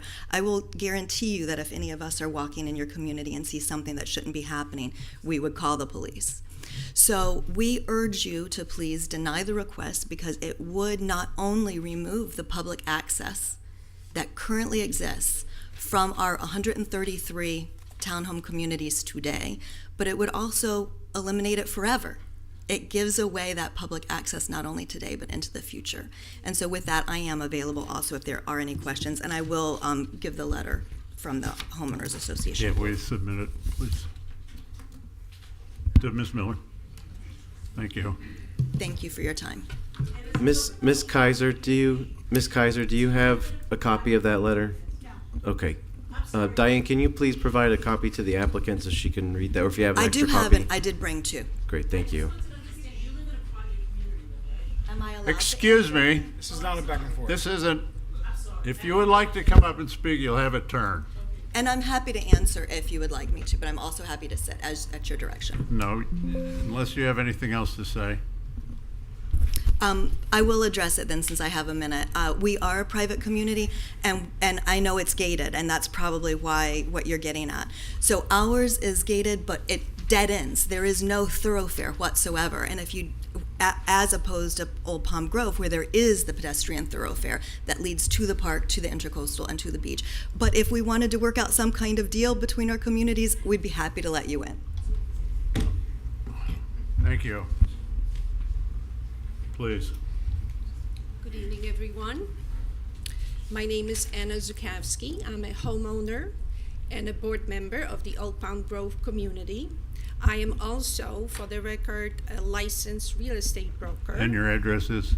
I'm sorry, my address is 1631 Old Palm Lane in Delray Beach. I've been... closer to the microphone. Sure. I am actually the original resident in that community. I moved in there in the year 2005. So I have a lot of background information on what has transpired from that time until now. And definitely things have changed. I wanted to raise serious concerns about the ongoing public access to Old Palm Grove's private roads and the negative impact it has on our residents and the HOA community, and the negative impact it has on the property values. This access has led to security concerns, safety risks, and unauthorized use of private amenities like our community pool. It disrupts our quiet enjoyment and puts additional strain both on the residents but also on the HOA. From a real estate perspective, this situation is damaging long-term property values. Buyers are hesitant to invest in a community where private infrastructure is used by the public, yet maintained privately. It raises concerns about costs, safety, and fairness, all of which affect marketability of the property. We as residents cover 100% of all the expenses. We maintain the roads. We put the lights over the streets. We trim our trees. We do the landscaping. We take care of irrigation. And as a board president of this community, I can tell you that those expenses are extremely high. Meanwhile, the public continues to access these areas without contributing to the upkeep. We don't get any help from the city either. We also lack legal protection, enforcement authority, or municipal support tied to public access. I have yet had to see a police car patrolling our neighborhood, and I'm here for 20 years. Over the time, this erodes buyer confidence, increases HOA fees, and ultimately lowers property values. Respectfully ask you to reconsider and recommend an end to public access to Old Palm Grove. Old Palm Grove is a vibrant community of families, working professionals. We want to preserve its value, safety, and quality of life for today and for the future. Thank you very much. Thank you.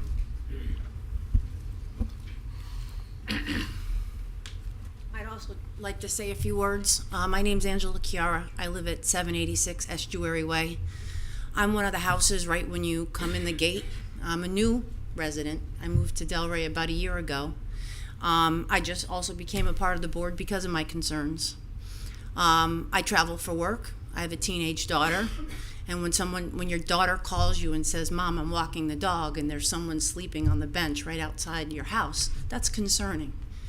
And there might not be an event where somebody's car was stolen or broken into, but that's concerning when you've got people sitting or laying and sleeping right outside your home when you have kids at home and you can't be there all the time. Also don't understand how, and again, becoming part of the board, how we manage the budget to upkeep the property, but it's for public use. And there's been a lot of talk about the Hacienda Park. Okay, I also ride my bike and walk through the neighborhood, and I understand the woman that spoke about walking on Federal Road, but it's just 2 blocks south and a left, and Hacienda Park is right at the end of the street. And I do appreciate if you did come to the neighborhood and take a walk, because you'll see what I'm talking about. You'll see why everyone from Old Palm Grove is here. So 2 blocks north, you take a left, and La Hacienda Park is right there. By closing Old Palm Grove, you're not blocking access to the Hacienda Park at all. It's not a south access. It's 2 blocks. We're talking about 2 blocks, and you're talking about a bunch of people who spend a lot of money each month to upkeep a neighborhood that they don't have complete control over. And it's concerning, and I think that's why you see a lot of us are here to represent the community, and we respectfully ask that you reconsider this. I know this has been brought up in the past, but being a new resident, I really can't understand it. And I don't know that 20-year history of the reasons why they made it a public, but I also don't feel that it's fair if all the other surrounding communities have HOAs and they pay, and they're private communities and they could be gated. We do the same and we can't. So that's all I have to say. Okay, thank you. Next. Hello. My name is James Shields. I live on 11 Eastview Ave. So this impacts me greatly. I'm also in the real estate business, development business, and anytime I did a project and I had to get Board of Relief, I got it. But this project 20 years ago they got a lot of relief, all right? Everybody that purchased a property in that neighborhood knew what they were buying, all right? So 20 years later, you just can't come back to the board or to the town and say, you know what, I think we screwed up. Maybe we should have had this, this privatized or whatever. So my first thing is, from a business perspective, I don't think it's fair for us, for neighbors. I literally live 4 doors down from it. I walk through there. I have my dogs. I have my grandkids or whatever. And you know what? I'm very nice. If I don't disturb things. I think everybody that walks through there does the same. The crime, I saw the initial report on everything, the reasons, they don't exist. And so, as far as I'm concerned, this should still maintain public access. People bought, and real estate values have only doubled or tripled over the last 5 years. And so I'm just really adamantly opposed to this, based on the fact that relief was granted, all the issues with the development back 20 years ago, and you just can't come back to the general public and say, oh, we're going to lock the doors on you. Plus, Eastview and I spoke with people in the city, Eastview Ave is a public access road, all right? So let's just figure this out. You're going to put me as a trespasser, but meanwhile, your cars, Amazon trucks, construction vehicles, landscaping vehicles are still going to go down Eastview Ave to access their property. Doesn't make sense to me that they're going to access through Eastview Ave, and then the people in the community can't access through that. Especially if like I said, and I understand part of what they're saying, but the big part is that I don't think crime's being impacted. I don't think the people walking through there are disturbing them. They're all neighbors, and I'm adamantly opposed to it. Thank you. Thank you. Next.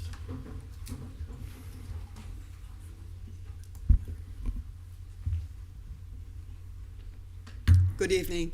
My name is Lucy Carney. I'm at 828 Eastview Avenue. I'll be very, very, very quick. I mean, crime is not an abstract in Old Palm Grove, because my husband had his car broken into twice.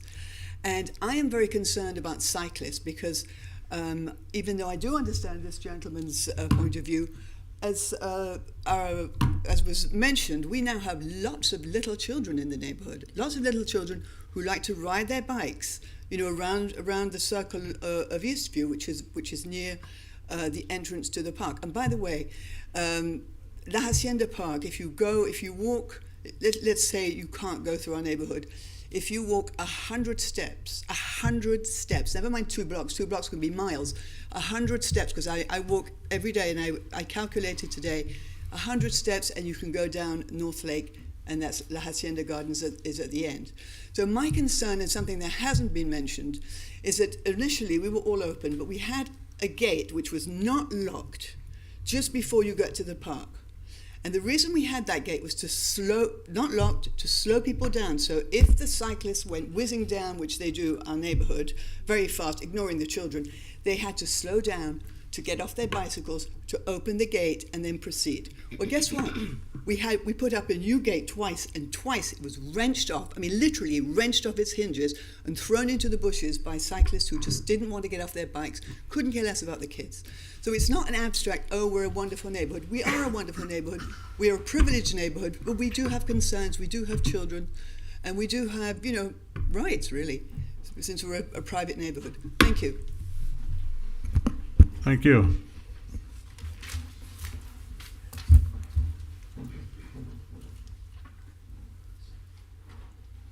Good evening. Howard Eisenberg, 824 Lake Ave North, La Hacienda.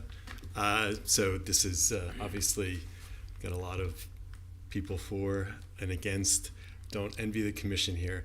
And at the risk of alienating some of my Old Palm Grove neighbors, I would just like to go on record that I don't support the applicant here. It is, quite frankly, feels a little bit unfair cutting off my freedom of movement within the neighborhood or hoods.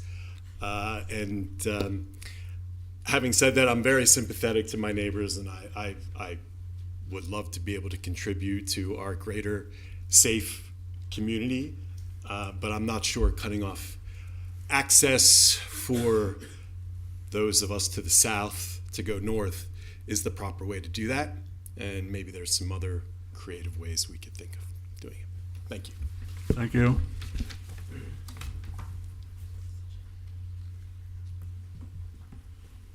Hello, my name is John Malooly, and I live in Old Palm Grove at 1636 Old Palm Lane. I've owned my property also since 2005, and in speaking to the gentleman that lives on Eastview outside the neighborhood, we actually, when we bought our properties from the developer, this was never disclosed to us in any of the documents we were given. Okay, so we've learned about it over time. Also, I'd like to talk about the crime that I've had at my property. I've had people break into my garage and use my grill to grill food and use my pool to swim in, and then they were kind enough to put the grill back, closed the garage door, and then they came back 2 other times. Now, I happened to be out of town when this happened, and so the police weren't called. But that's just an example of what goes on. And I, too, have seen people who appear they don't belong in the neighborhood either urinating in our common areas, in our fountain, or sleeping on the ground in our common areas. The other thing I'd like to make a point of, and it sort of boggles my mind, is that we are a community that has private roads and private sidewalks, and yet the city decided to have public access to our roads. And again, that doesn't make any sense to me. But I do understand the access for people from the estuary to get to the Pocket Park in La Hacienda. And I think obviously that should continue. I would also like to talk about the park, because the people in Hacienda Gardens talk about this park, and I also encourage you to drive by the park, because it truly is a pocket park. I walked the dimensions of it today, and this is not with a tape measure, approximately 50 feet wide and 100 feet deep. And going down the center of it is this sidewalk that goes from North Lake Drive north to where our gate was torn off into our neighborhood. To the right side of the sidewalk, there is a little wider area where there is a slide for children, okay? So. That's your 3 minutes. Can you wrap it up, please? Oh, yeah.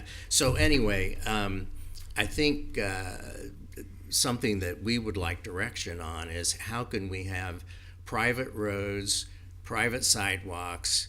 We do have 2 gates, but yet we must give public access. Thank you. Thank you. Hi, my name is Evan Widlitz, 1639 Old Palm Lane.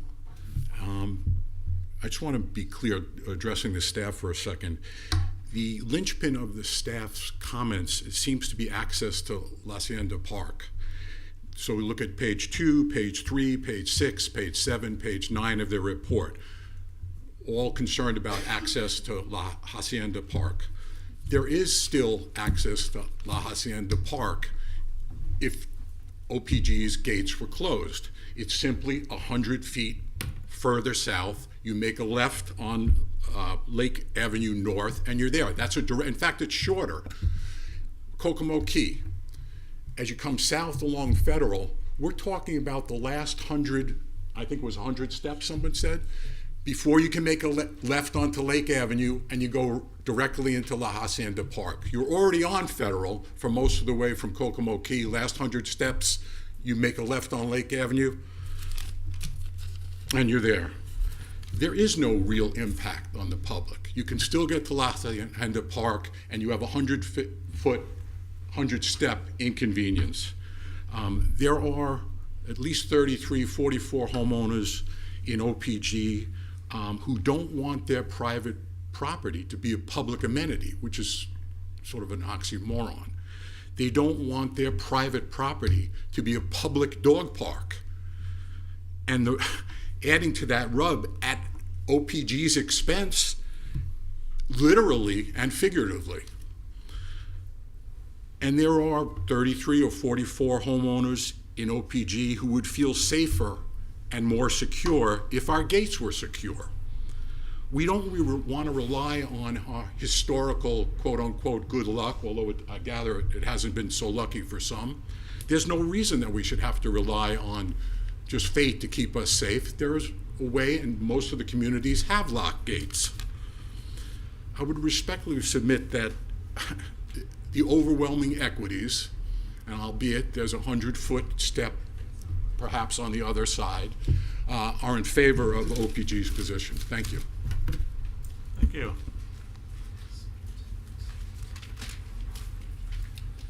Hello, Brad Wheatley, 829 Eastview Avenue.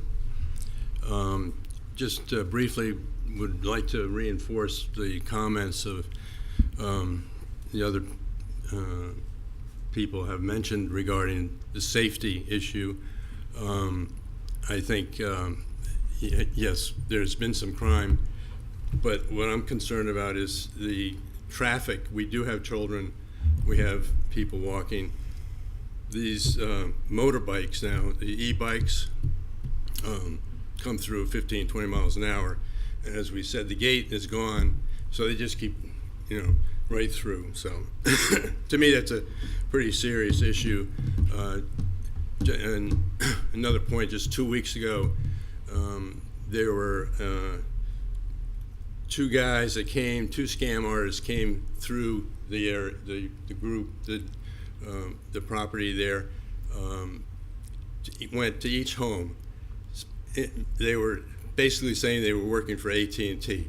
So they were trying to get access to the houses, get information, but it was clearly a scam operation. So that was something that was very disturbing.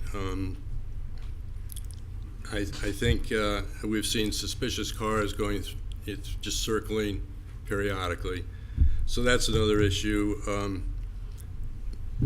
Finally, I think, just the dog walkers that keep coming through, there's a lot of waste that they don't care about. Trash gets thrown around because they obviously don't care. And, we are paying for the upkeep of this property. So I agree with the gentleman, it's just totally inequitable for us to be doing that. So those are my comments. Thank you very much.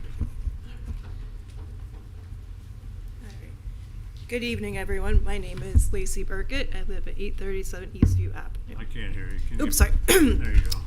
I live at 837 Eastview Avenue.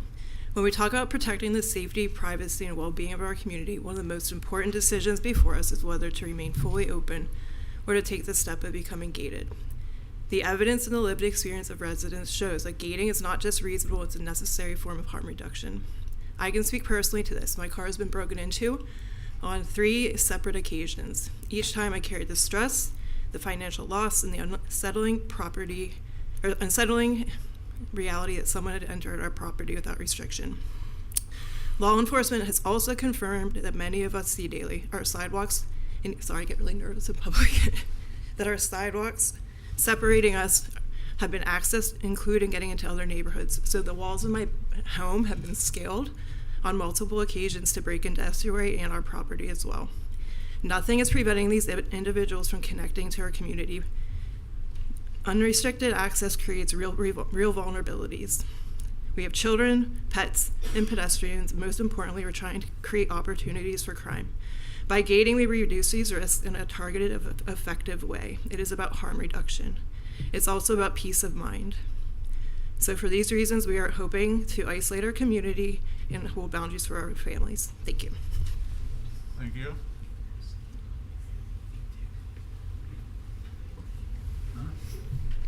Good evening, everyone. My name is Michael Hawks, and I live at 832 Eastview Ave. I respectfully ask the board to approve and restrict public access so that our community can become private. This request is rooted in three concerns: safety, security, and welfare. We have dealt with abandoned vehicles, multiple vehicle break-ins, and even discarded needles within the neighborhood, posing a real risk to families and especially the children within our community. As a pharmacist, I understand the dangers of improperly disposed syringes, as this is a health issue we cannot ignore. Unrestricted access creates unmonitored cut-throughs that invite crime and compromise security. My wife's a local emergency room physician who comes home at all hours of the night. She often feels unsafe when random people are loitering in the earlier hours of the morning. Restricting access will allow us to better protect our residents, our homes, and the well-being of our community. For these reasons, I respectfully urge you to approve this request. Thank you. Thank you.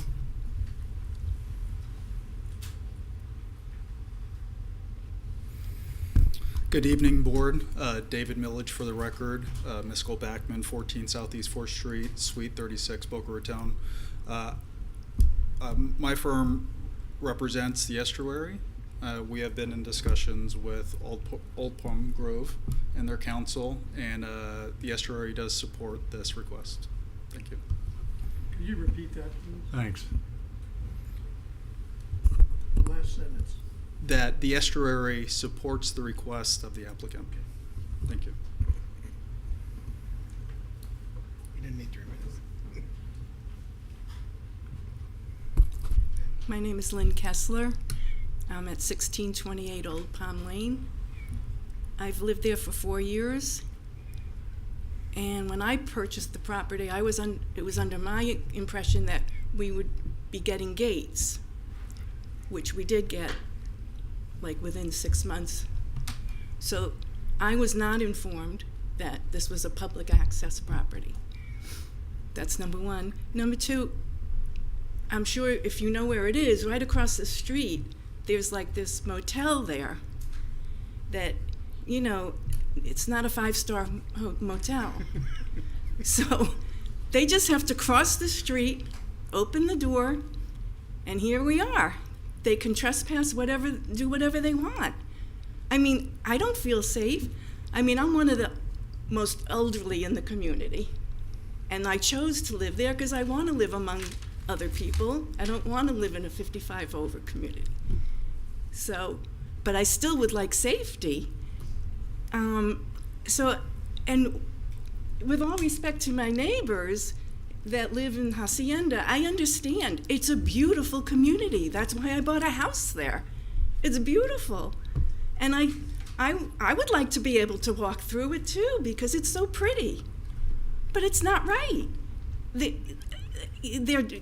I understand it's a wonderful place to take your dog for a walk. I have 2 dogs. I love it.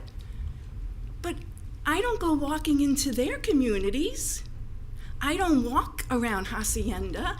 I don't let my dogs poop on their lawns. It just doesn't seem fair. And in terms of what happened 20 years ago, well, I didn't live here 20 years ago, but I have a feeling it wasn't as vibrant as it is today. I don't think we need this encouragement to get people to, for the redevelopment. It's developed, it's vibrant. We're a mile from Atlantic Avenue. We're a mile from the beach. I'm sorry if you have to walk 100 steps extra to go to the park. I get it. I would rather walk through my community too, but it's my community. Why do I'm not trying to be mean, but why do I have to open up my area that you can ride your bicycle on? I don't understand it. It makes no sense to me. To me, it's like common sense. So I respectfully request that you consider our request and how, you know, what it's like to be an owner there, and just want to be fair, that's all. Thank you. Thank you.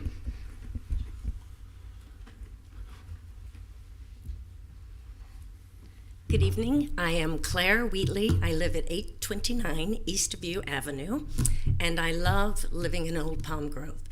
I respectfully request that we become private. I feel that, as Mrs. Kaiser said, the community has changed. We have young people, middle-aged, older people, and we are a wonderful community. And we pay for that community to be beautiful. When we bought, my husband and I decided we wanted to enhance our front lawn. So we did. But then, with all this public access, it is very disheartening to have people of shady character come in, and I find myself taking pictures of cars or taking pictures of individuals to document what I am seeing. Yes, crime, we have crime, but we can also eliminate it. But as Mrs. Kaiser also mentioned, what is it going to take for the city to look at us? And if we are public, I still have not seen a police car go down, not even a drive-by, as I call it. So I respectfully request that we become private, and everyone else can then walk that extra 100 yards to get to La Hacienda Gardens. Thank you. Thank you.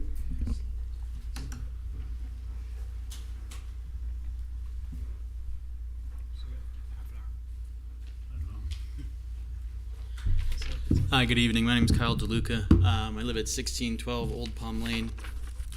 I appreciate how long this is going on and that everyone probably needs to get home. I have a 3-year-old daughter that needs to get put to sleep and a babysitter that's waiting to go home. I just wanted to say, as someone who lives in Old Palm Lane, the Hacienda Park commentary, the access to the park is basically the same whether you're going through our community or not through our community. Through Lake Ave North, it basically abuts directly against the park. So, and there's also a discussion in terms of restriction through our community that goes somewhere else. It doesn't go anywhere else. The Palm Trail does not connect through our community and then goes somewhere else. So it's not part of a broader path that you're taking. And I think about it as a private community. We're privately funding it. We're privately maintaining it. So why is it public access? And then I think about other private communities, and I say, well, I know my brother lives in a private community. He's got a great splash pad there. Kids can play. They can do all sorts of things. I don't have access to that without his permission, and the public doesn't have access to it because it's a private community that's privately funded. And when I talk about or hear people talk about access to our community for the private recreational areas that are there, I think about it the same way. If it's privately funded and privately maintained, why is it public access? And I appreciate that there are other communities that enjoy helping fertilize our lawns with their dogs, but that's hardly a reason for us to have public access to the community. So I just wanted to be one more of the many voices. I mean, look at the number of people from Old Palm Grove that are out here. This is an absolute majority of our community that has showed up because we feel a certain way about it. And so just because we're a small community doesn't mean that we need to be victimized by other larger communities that prefer to have access to our community. So with that, I say thank you. Thank you.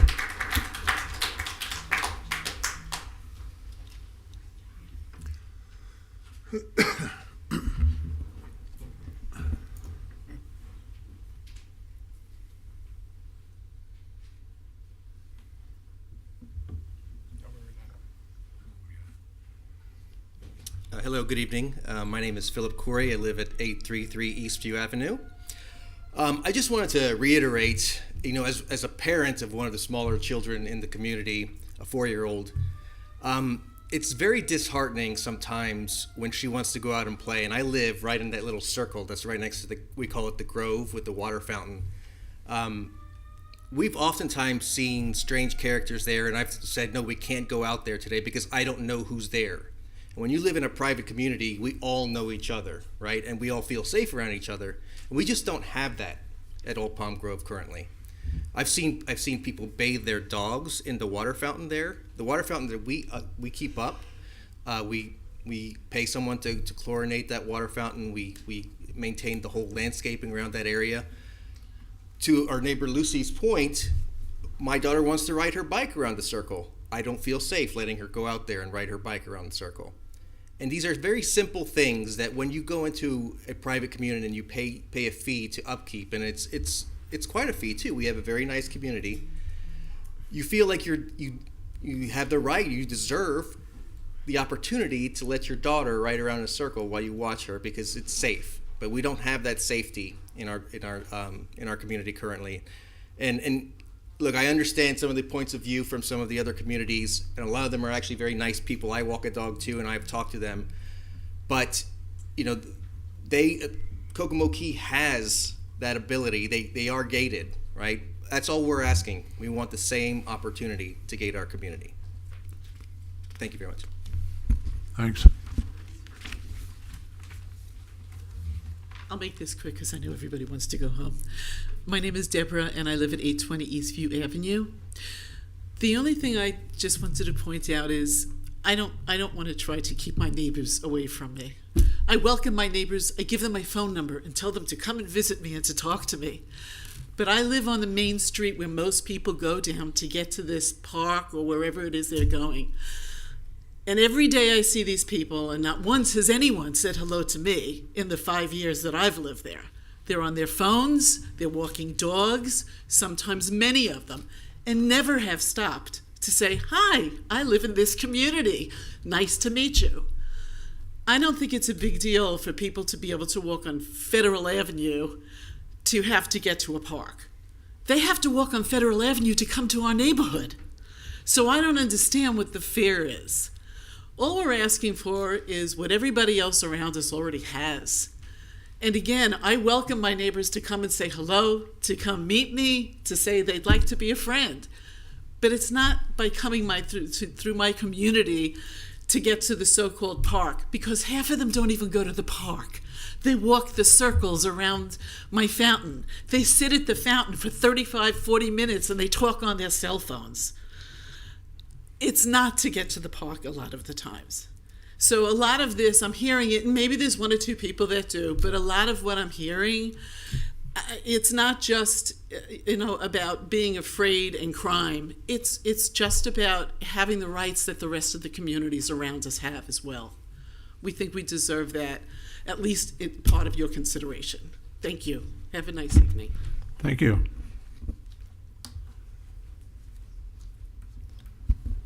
Is there anyone else?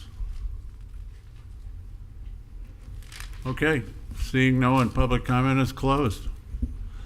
At this time, Ms. Kaiser, do you have any rebuttal or? Yes, sir. Yes, sir.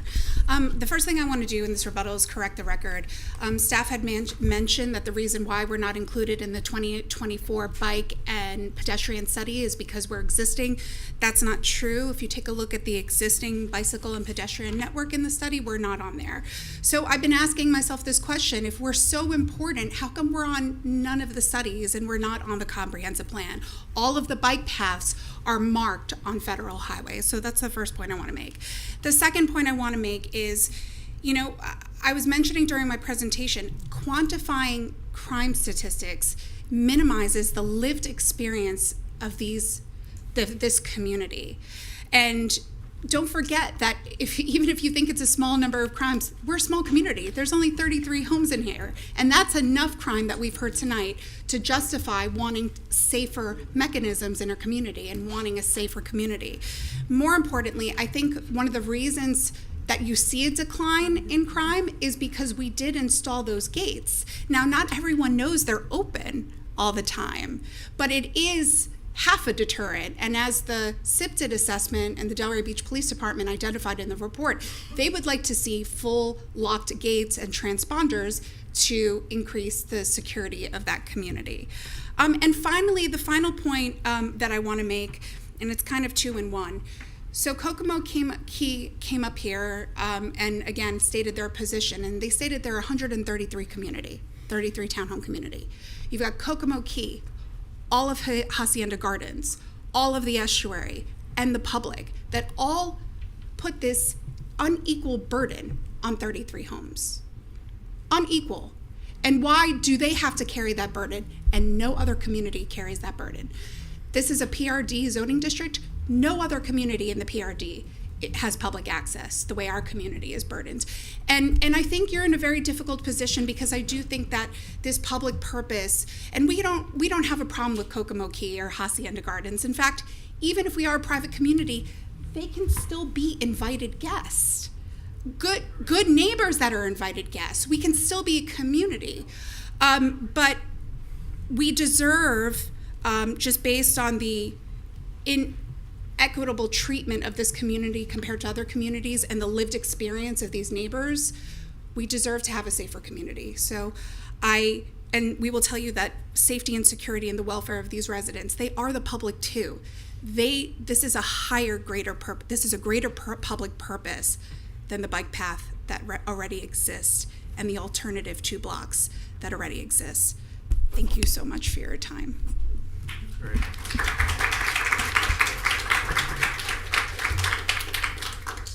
Staff, do you have any rebuttal comments or questions? I would just like to state, from an evidentiary standpoint, that anecdotal evidence is anecdotal evidence, and there's no way of knowing whether these testimonies are one and the same as those in the report. So just keeping in mind anecdotal versus data provided by the police department, not to minimize the experience of those who are speaking, but just keeping in mind how data is communicated and how anecdotal data is communicated. And then secondarily, just to draw the board's attention back to the findings for granting an abandonment, that there is not, nor will there be, a need for any use of the right-of-way for any public purpose, that the abandonment does not prevent access to a lot of record, or that the abandonment will not result in detriment to the provision of access and or utility services to adjacent properties. So that being said, while the residents of Old Palm Grove are communicating that they're willing to offer access to their neighbors on an invitation basis, when we read the record from the commission meeting of June 4th, 2002, wherein the plat was adopted for Old Palm Grove, a clear record was established that the way that the community was designed, the way that the roads were laid out, the way that Hacienda Gardens Park was included where it was all part of a purposeful strategy for a particular type of community, which the residents of Old Palm Grove are indicating they don't want now, didn't know they had, etc.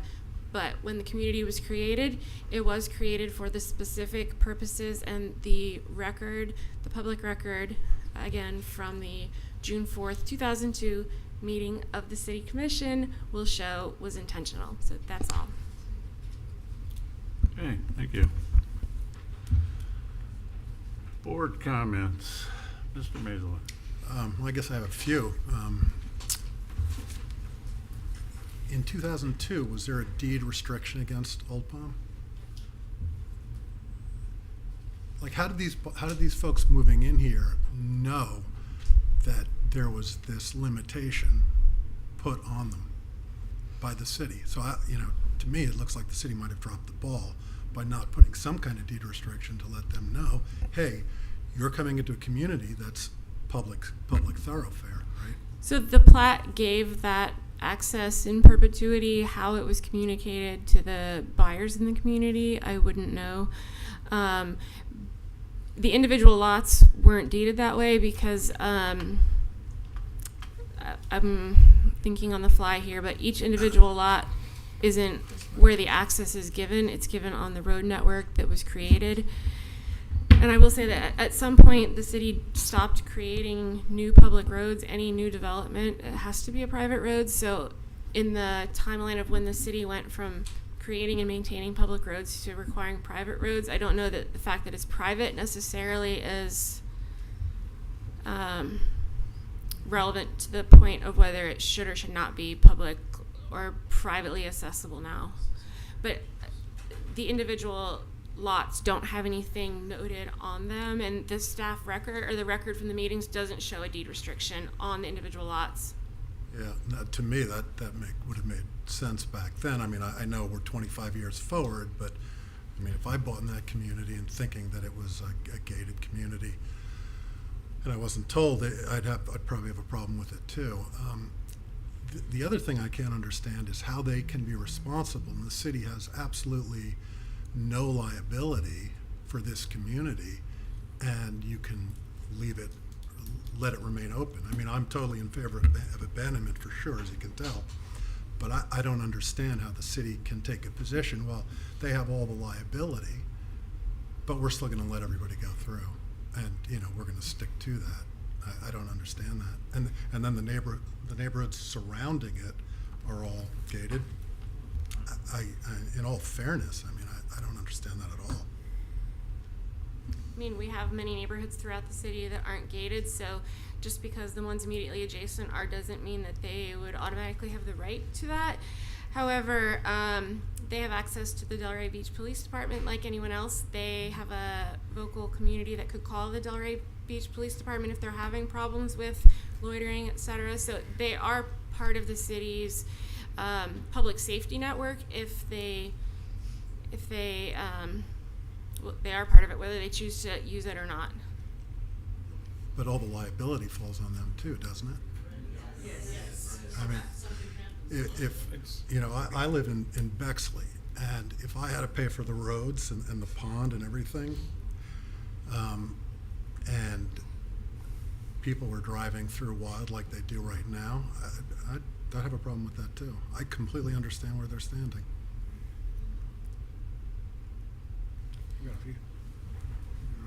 All right. First of all, normally I'm, in my history in the city, probably the last person that is supporting any type of restriction of public access. But I also have common sense. And I just, first of all, it made sense. My question is, in 2002, that public meeting took place. Was they already decided at that point not to put that pedestrian path in that was promised originally? Originally, she showed us in her presentation, Ms. Kaiser's presentation, there was supposed to be a pedestrian bike roadway in between the two communities. That never happened. So my question is, during that 2002 meeting, was that part of the plan? Just a moment. There's a lot of actions that took place here. So I believe... So I think the bike ped path was... Ms. Kaiser maybe Yeah, can she share may her need to come up. presentation, but Let me pull it up here. Oh, I know what you're talking about. because that's it made sense almost made. I still think what was in their minds when they did this public access on a private road is, but So we're, part of the hard part here is interpreting what happened 20 Right. plus years ago. But here's what I'm reading in the staff report. So this community... that red is what you told me, right? Correct. That's That was what I'm abandoned. Yeah. So this community was approved in 2002 and 2003. And that dedicated pedestrian and bike path was also abandoned in 2003. So it makes, now you know why the sidewalks are open to the public on Estuary Way, but not on Old Palm Lane and Eastview. Because no one was really supposed to walk on Old Palm Lane and Eastview. They were supposed to go on the dedicated bike path and pedestrian to connect them to Palm Trail. But they thought it was a good idea to abandon that, and that would have been just for people and bikes. And they thought it was a better idea to abandon that and reroute all pedestrians and bikes on the roads of Old Palm Grove. So we don't know when that took place. it was all in April 2003. So the plat was approved. So Old Palm Grove got their approvals in 2002 and 2003, and the plat and the abandonment both occurred in 2003. So that 2002 meeting that you mentioned, that was part of the what they were promised, right? I would argue that what Ms. Kaiser is stating is a misreading of the record.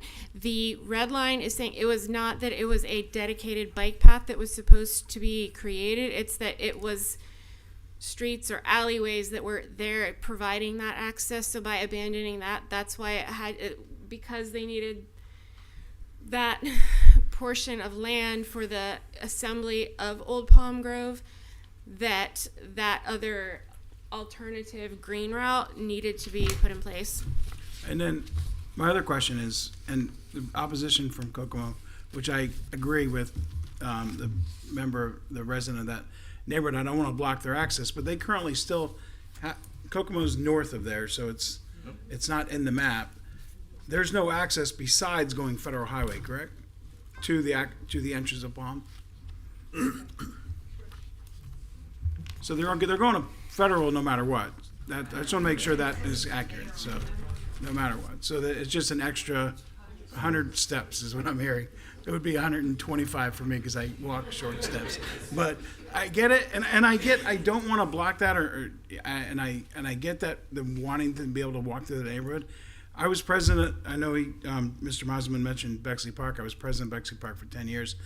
Right after turnover from developers with a public park in the middle of our community, the big difference is that, and this happened. You said public-private roads. So in 2007, a private developer built roads, dedicated those roads to the city. The residents have access to Bexley Park, the entire community. You can walk the sidewalks, you can drive the roads, but guess who pays for them?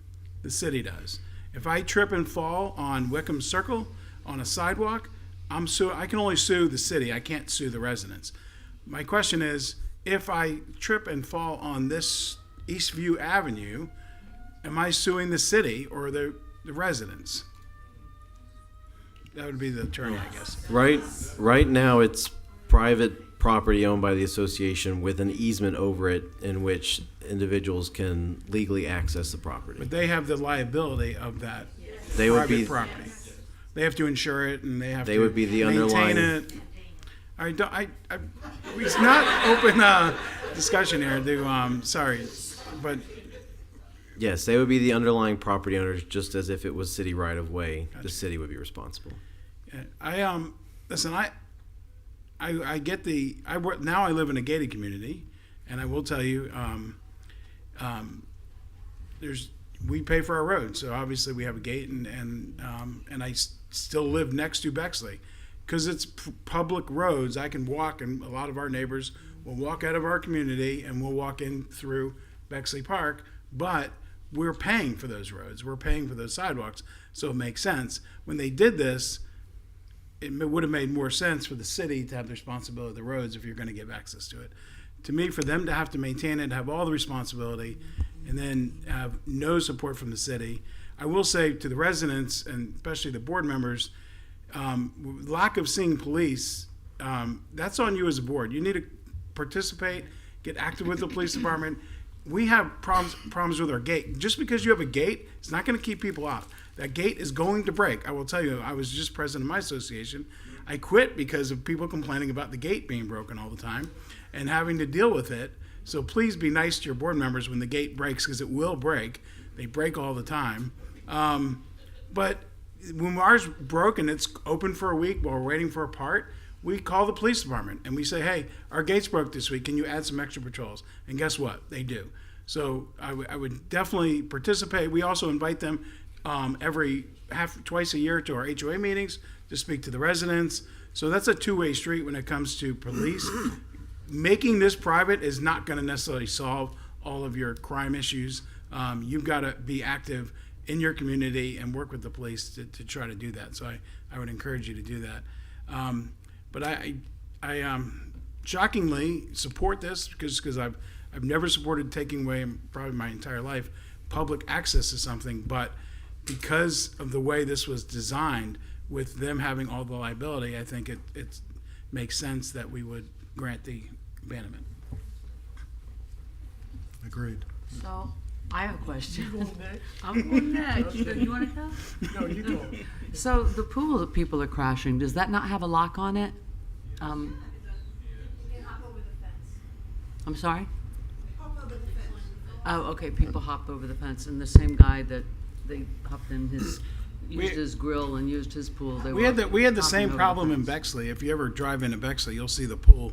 The gate has this ugly gate in the front that we had to literally put. It looks like almost a jail gate to keep people from breaking in. And they still would hop over. We had to put cameras with sensors. I would get a notification at 2 o'clock in the morning, and I would go when I was president of Bexley, and I would get on my phone saying, "We're calling the police. Get out of our pool." But we had no choice because, listen, they're allowed in the community, but not in our pool. Right. But we had to enforce that, and we had to get, security cameras and all that.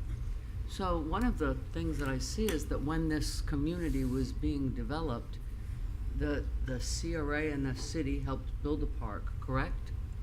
Yeah. Staff, is that correct? That's correct. Based on dedications by the developer and investments as a purposeful part of the community design. Okay. And then there was some acreage, I guess, given to the development for this from the city, but it is perplexing why the city wouldn't at least take responsibility for the portion that is public.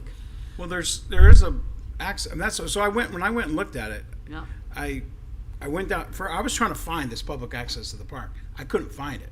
I actually had to call Ms. Kaiser and say, "Can you please show me where this is?" Because it's kind of hidden behind the homes there. From your car, you don't see it. No, it's for walking. Right, I understand, but it's not very visible. And so I went and drove out south, to where you could get to the park, and that seems to be, to me, the common sense way you would go to that park, because the road just dead ends right into the park. Okay, I don't have any further questions. Thank you. Mr. Brown. My name's Chris Brown, and I'm a town planner by profession. And I've listened to this, and I want to tell you that, and I'm going to tell you why I support this petition. And the reason is because there are no better town planners than residents, because they live it every day, and they're the best town planners that you can ever find. But I'm going to ask the city a question. If I may ask Ms. Rodriguez or Rebecca.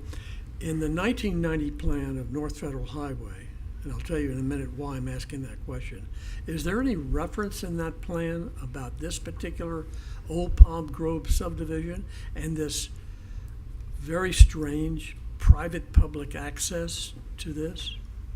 Do you know whether there was? Any reference? Yeah, so the plan came long before. I know, 1999. Yeah, before this came through. Although it spoke in general principles about connectivity, and then throughout the comp plan it talks about connectivity, Let me tell you why I asked the question. In 1999, I was the executive director of the CRA that did that plan. I'm the author of that plan. And what we said about North Federal, and many of the residents talked about tonight, was we talked about making wide sidewalks on North Federal.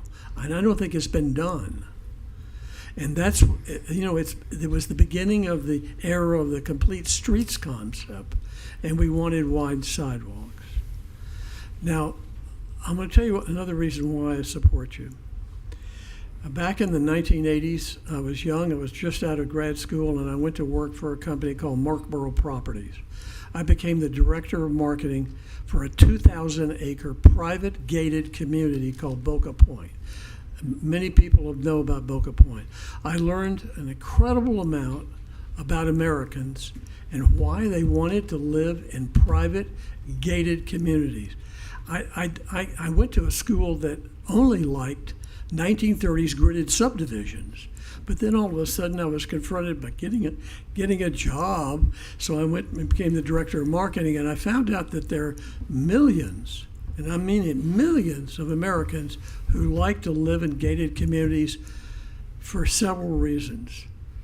It's safe, it's beautiful, there are tons of amenities, and they make that choice. Now, do all of us in this room want to live in a gated community? No, I still don't want to live in a gated community. I live in a 1930s gridded street in Lake Ida, built in 1930. And, but I think that your subdivision has a right to be private and gated. And I think it's because that's what you want. And I think we made a mistake. The city probably made a mistake, and I hope I didn't make a mistake when I was the CRHer. I went around when and I'm glad that Mitch Katz brought that question up. It's the most important question tonight. What was the discussion about making this private? It's a really important discussion, and maybe you can answer, Rebecca, but I don't see the value of keeping it private.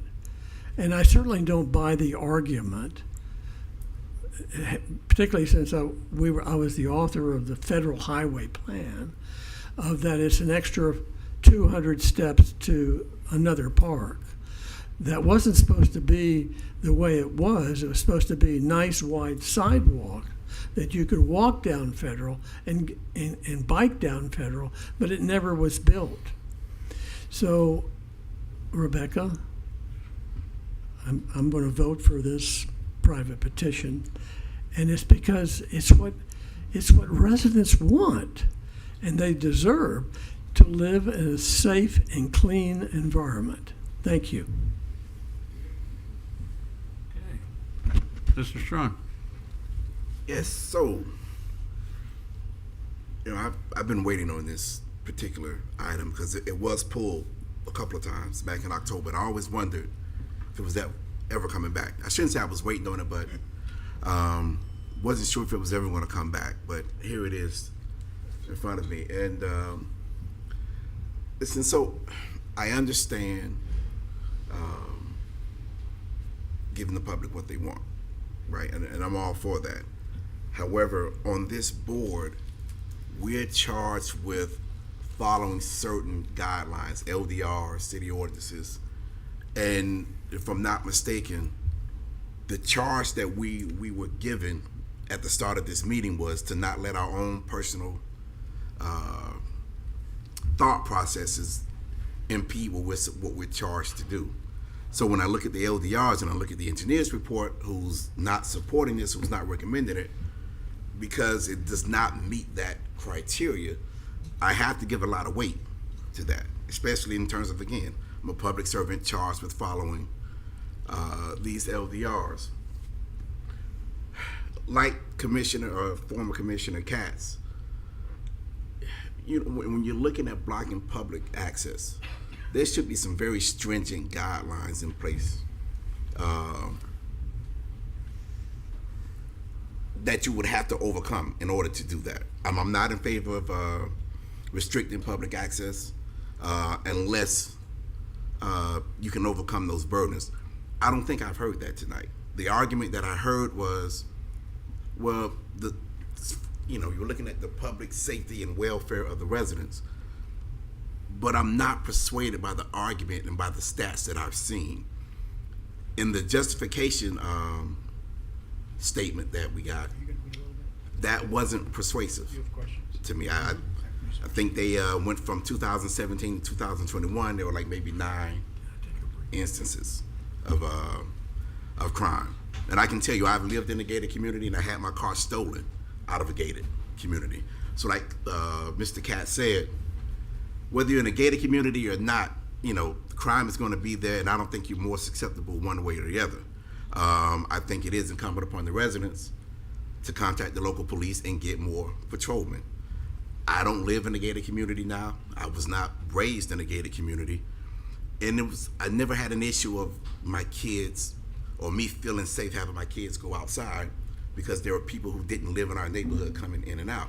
I think those are our own personal mental blocks that we have. My wife and I have 7 children, and I'm just as concerned for their safety as anybody else. But I let my kids be kids. I let them enjoy living in a neighborhood where they can ride their bikes on the sidewalk. So, and I don't restrict that because, you know, I have this this block on safety. And I'm saying all of that to say this. Again, I understand your concerns, and, you know, I'm all for giving people what they want, but we can't give people what they want if it violates what our charge is as a board. And it's very clear. We have to follow these LDRs. If the engineer is saying one way, regardless of what the city did or whether or not the city dropped the ball. I don't know if the city dropped the ball or not. I think if I'm moving into a community, I'm relying on my realtor to tell me everything that I need to know about that community. What the LDRs are, what the ordinances are, what the restrictions are, all of that. That's on my realtor. I'm not blaming the city for that. I heard an argument about trespassing. You know, you can't trespass the people that come through this particular neighborhood. And that's not necessarily true. If they're on the common areas, maybe not. But if they're on your private property, you absolutely can call the police and have them trespassed. So I think that argument was a bit misleading. The one thing that does concern me about this, that kind of has me leaning towards supporting this, is the liability issue. I don't like that at all. And, you know, I'm an attorney by trade. If you have a private community and the residents are responsible, it's private roads, private sidewalks, the residents are responsible for the liability of anybody that comes through there. If the city is forcing that community to have this public access, but then throwing the rock and hide in their hand and saying, well, we're not going to be liable. We're forcing you to do this, but we're not going to be liable if anything happens. That really concerns me. That really does concern me. So, you know, this is a tough decision for me. I'm not sure how the rest of the board feels about it. But again, you know, there's a lot that comes with blocking public access. Just to throw it out there, I mean, Sure. the public access is not completely blocked. It's 100 steps further. I get that. So there are some escape valves on this. But that's 100 steps further outside of what the city has designated as that right of way. And that's, I'm only talking about the right of way. I understand that there's always options. There's always other ways around it, but I'm talking specifically about the permission that the city granted for the public to use this particular access way. That's it for me. I'll vote when the time comes. Okay. Additional question. Yeah, Mr. Kidd, go ahead. Just the engineer's report. It says the purpose of the pedestrian ingress and egress shown on the plot of Old Palmer Grove is to provide for public or non-vehicular access. Doesn't say vehicular, but it's a street, right? Access from Federal Highway through La Hacienda Gardens, Link Park to Palm Trail. How do you get to Palm Trail from Hacienda? I think from the opposite. No, Isn't Palm Trail south? Yeah, you can connect. You go down. No, but if I'm in Hacienda, I'm already south of Palm Trail, right? No. Palm Trail goes north and south. But if Hacienda, if I live in Hacienda, if I live on next to the park, I have to go through Old Palm to get to. No. Right, but that's what the staff report says I do. This says from access. You're misreading it. Hacienda Gardens Park to Palm Trail. Can you put up any map that's actually legible? No, I know that it's not accessible, but the way I'm reading this. Mr. Chairman. If you come, oh God, I can't see So I what think, we're talking about. The purple part, the part we're arguing about is the purple bit. Correct. Okay, so if you take, that's perfect, leave that. If you take the purple and you come down to the F-shaped green thing is Hacienda Park. Correct. If you then follow the blue. Correct. Down, across, No, I know over that. to But the Palm way Trail. this reads is it's saying for Hacienda Gardens, but maybe not. Maybe it's just through Hacienda Gardens. Anyway, one other question was earlier in the earlier presentation, Ms. Barletto said that public access can never be blocked off. Well, this is blocked off right now, even if it's not locked. So that makes no sense because according to this, the residents of Marine Way could put up a gate that opens and closes, correct?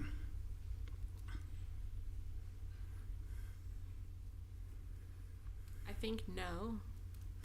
I'm not sure. I mean, that's what I mean. haven't looked into Marine Way, right. but Marine Way is a known public street. Where this is, Right. when you drive here, you would think this is a private community. And again, Marine Way is a true public street that we maintain. That's the confusion. Is that? And I get staff too. I think you're put in a bad position there because of a decision made 25 years ago. So I get your stance on this. I just don't. I can't support it. well, and I would say that it's not necessarily because of a decision made 20 years ago. The decision made 20 years ago was based on best planning practices for interconnectivity in neighborhoods. So while like this particular slide shows a single path, it's part of there's many routes is the best way to design any neighborhood. Not having dead-end streets, not having cul-de-sacs through streets are always the best from a planning perspective. So I don't know that it's necessarily we are defending a decision of 20 years ago, but we would be See if they have another one. giving the findings that describing the findings that we feel have or haven't been made based on good planning practices that decision 20 years ago was rooted in. Gotcha. That's all. Okay. I think this is a very difficult question. I understand people's concerns. I live in an open community that's not gated, and I don't really worry about a lot who's in there because our neighbors keep an eye out and they watch what's going on. And I think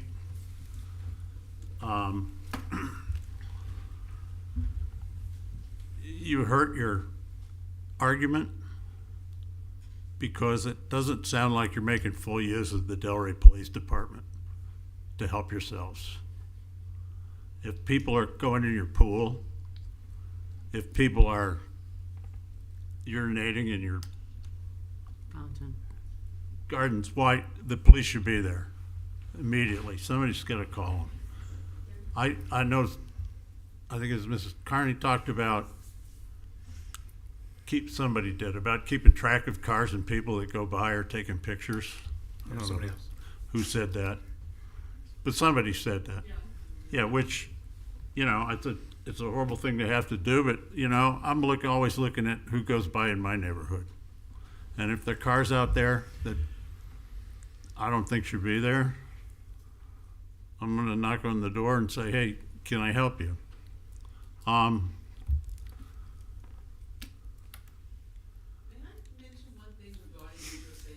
No. Sorry. The public comments closed.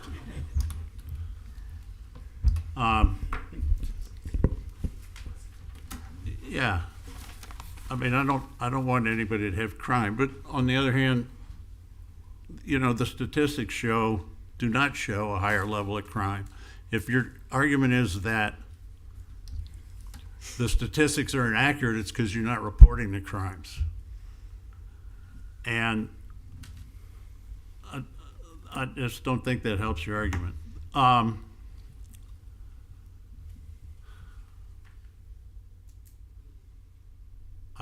I really sympathize with not being able to keep a gate at Hacienda Park that operates, because I think that is something very important. If this stays open, that there should be a gate there that works. I obviously am not the person who knows how to design it.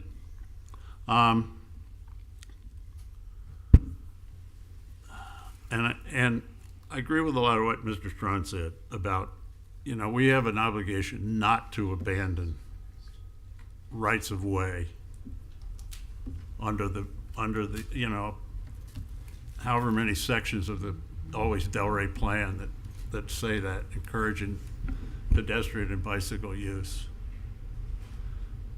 The thing that I have a real problem with is this whole issue of they're your private streets and sidewalks, and they're being left open to the public where you guys have the liability for it.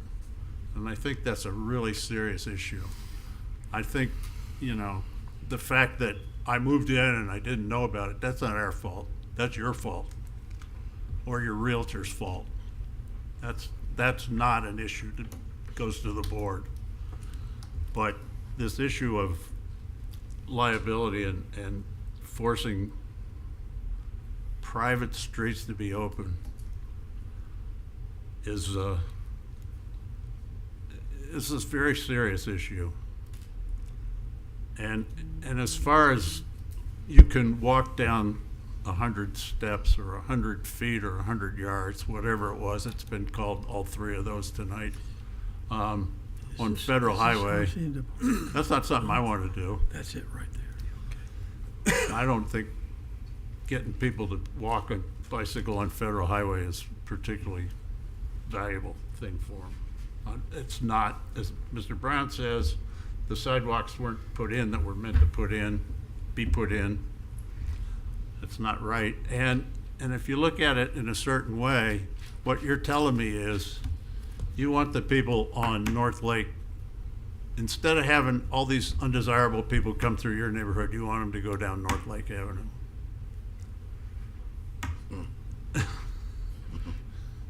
Well, and the difference is the city owns North Lake Avenue. So, as I said, I think I find this to be a very difficult question. My inclination is not to support it, but it's very worrisome. Not to do so imposes a burden on your community that really is not appropriate burden to put on your community. It's always been there. Huh? But it's always been there. But it's always been there. And, okay. Ready for a motion? I suppose what we need is a motion. All right. I'll recommend approval of resolution number 01-25, privately initiated abandonment of the right of public to the city commission on resolution number 101-25, abandoning the right of public access to open space tracks OS3, OS4, OS5, OS10, OS12, and OS13. Old Palm Lane, Eastview Avenue, east of Old Palm Lane, and parts of Estuary Way, excluding the segment recorded in Plat Book 93, page 129-130, as recorded in the plat of Old Palm Grove in Plat Book 99, pages 63 to 67 of the official records of Palm Beach County, by finding that the abandonment right-of-way and public access easement is consistent with the adopted Always Delray Comprehensive Plan and meets the criteria set forth in the land development regulations. Second. Okay, we have a motion by Mr. Katz. I'd like to second that. Second by Mr. Meiselman. Well, thank you. And Ms. Miller, would you call the roll, please? Judy Malika, No. Mitch Katz, Yes. Deidre Stone, No. Christine Gombod is absent, Chris Brown, Yes. Jeffrey Meiselman, Yes. Gregory Snyder. No. Okay, we have the 3-3. So what is that? So, Chair, normally that is a motion with no action taken, but since this is a recommendation to City Commission, if the board wants to discuss more or can proceed forward to City Commission, that it was just recommended 3-3. Can we arm wrestle for this? That you cannot do, no. Oh, come on. You have to arm wrestle with No, Mr. we Bennett. can't. I I'm not pick arm him. wrestling with Mr. So With the concurrence of the board, I would say let's send it forward to the commission as a tie vote. I mean, either way, no matter what we decide, we're not the finals. That's correct. There's That gonna is be, correct. My understanding is there's 2 public hearings because it's abandonment. Is that correct? Just one public hearing. One public hearing. So there will be a public hearing. They're going to have to make the decisions. Well, I would ask whether you're for or oppose this. People that came tonight, that's where you want to come and bring all your neighbors, because there's, at the end of the day, obviously you got a 3-3. There's no, even if we were 6-0, that doesn't bind them to anything. So The city commissioners are the ones you elected that are gonna make this decision, and, hopefully you'll get your point across to them, whether you're for or against it, but. And they're elected officials. Do we need to do No, anything the motion's else? been made and the roll's been taken, so the item can be concluded. Right, so that's it. Thank you for your attendance.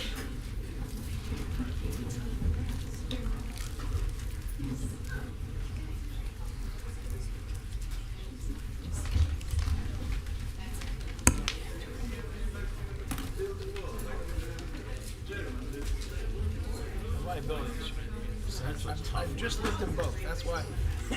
I was in Bexley, and literally, I remember my wife tripped and fell on the sidewalk, and where she fell was our old assistant city manager who used to own the townhouse there. When I put in the address in the city's, like, you know, their needs repairs, I put her address is where it was, because I knew they saw the city attorney's address come up. It was, Okay. And guess what? It was fixed like that. Yeah. All right, we have one more item on the agenda, number 9B. Good evening. So item 9B is a corrective LDR amendment. It's really Cleanup. a cleanup. Yes, that's the best way to put it. It was an accidental inclusion of these definitions in the LDR. They should have only been in the Code of Ordinances, but they ended up here somehow. So it's not a big deal if they stay, but it's nice to not have extraneous words. So that's all we're asking to do, is to just remove these two definitions, and that's your motion. So within the Code of Ordinances, I think I should have included a little more. So within the Code of Ordinances, we have the regulations about the placement of the AED and stop the bleed kits, and so they're more pertinent to that. But those definitions are in that other section? Correct. The definitions were taken out of the LDRs are in the defib part of the code. And if they need to be added in there, we will bring that ordinance to commission. So I recommend approval to the There's city a public hearing, commission. we have to ask. Yeah. What's There's that? nobody here, but he's got to ask for public hearing. Oh, he Do does? we have any public comment? None. No. Okay, No? go Oh, on ahead. okay. Then I recommend approval to the City Commission of Ordinance Number 21-25, a city-initiated request to amend Appendix A definitions of the Land Development Regulation LDR to remove definitions for automated external defibrillator and bleeding control kit by finding that the amendment and the approval thereof is consistent with the comprehensive plan and meets the criteria set forth in land development regulations. Okay, motion by Ms. Malika, second by Mr. Strong. And, yeah, read the roll, please. Judy Malika, Yes. Mitch Katz, Yes. Deidre Strong, Yes. Christina Godbout is absent, Chris Brown, Yes. Jeffrey Maselman, Yes. Gregory Snyder. Yes. All right, staff comments. okay, I'll be really quick here if I can find the presentation.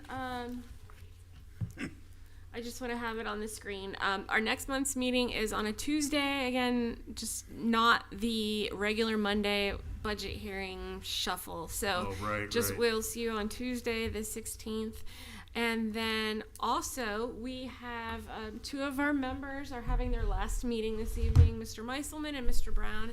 And we're thankful to both of you for your service on the board and all the thoughtful conversation you bring to the discussions. And we have your certificates here. Well, thank you very much. Does he have to make a speech? Let's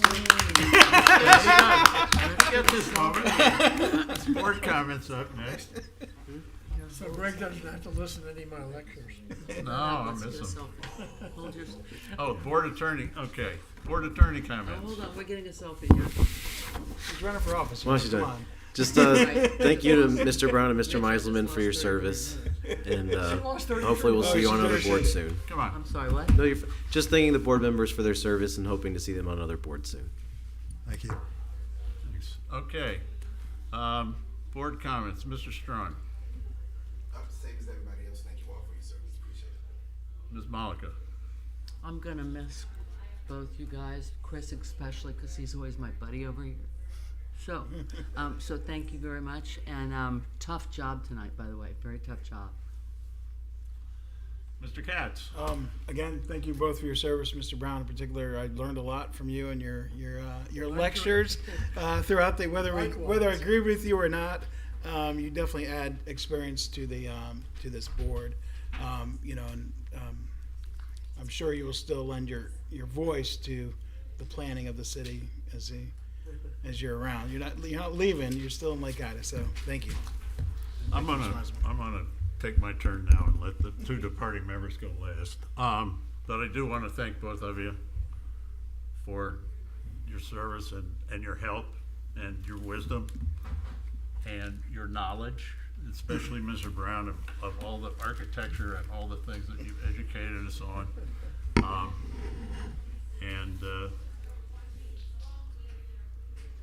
Not sure how to phrase this, but it's your fault I'm in this chair. That's right. Oh yeah, he nominated you, right? Yeah, but you were a darn good chairman. Yeah, anyway, but yeah, we'll miss both of you. And so at that point, Jeff. It was a pleasure to be on the board. I learned a lot, actually. I thought it was very interesting, and it certainly exercised my brain reading through these reports and commenting. I thought tonight was really the most interesting one I've had, and it was tough. It was tough. But, that was a really interesting sort of paradox. It's such a different, Yes. But and I'll be back. I'm just gonna I step hope so. down now. And this time Hope so. we may return. Yeah. Both of you. You I haven't hope. seen the last of us yet. Both of you, I hope. And Chris. All right, Judy's hoping there's an opening in March. I am. Absolutely. She's rooting for one. Yeah. Anything else? No, thank you very much for your service, Mr. Chairman. Absolutely. You're not leaving. Thanks it. Adjourn. Oh, And thank you to the city. Really? Yes, thank you. Absolutely, we appreciate it. Nice to see you back after the comp plan meetings. It's very rare I'm not opposed to staff. You know that. I guess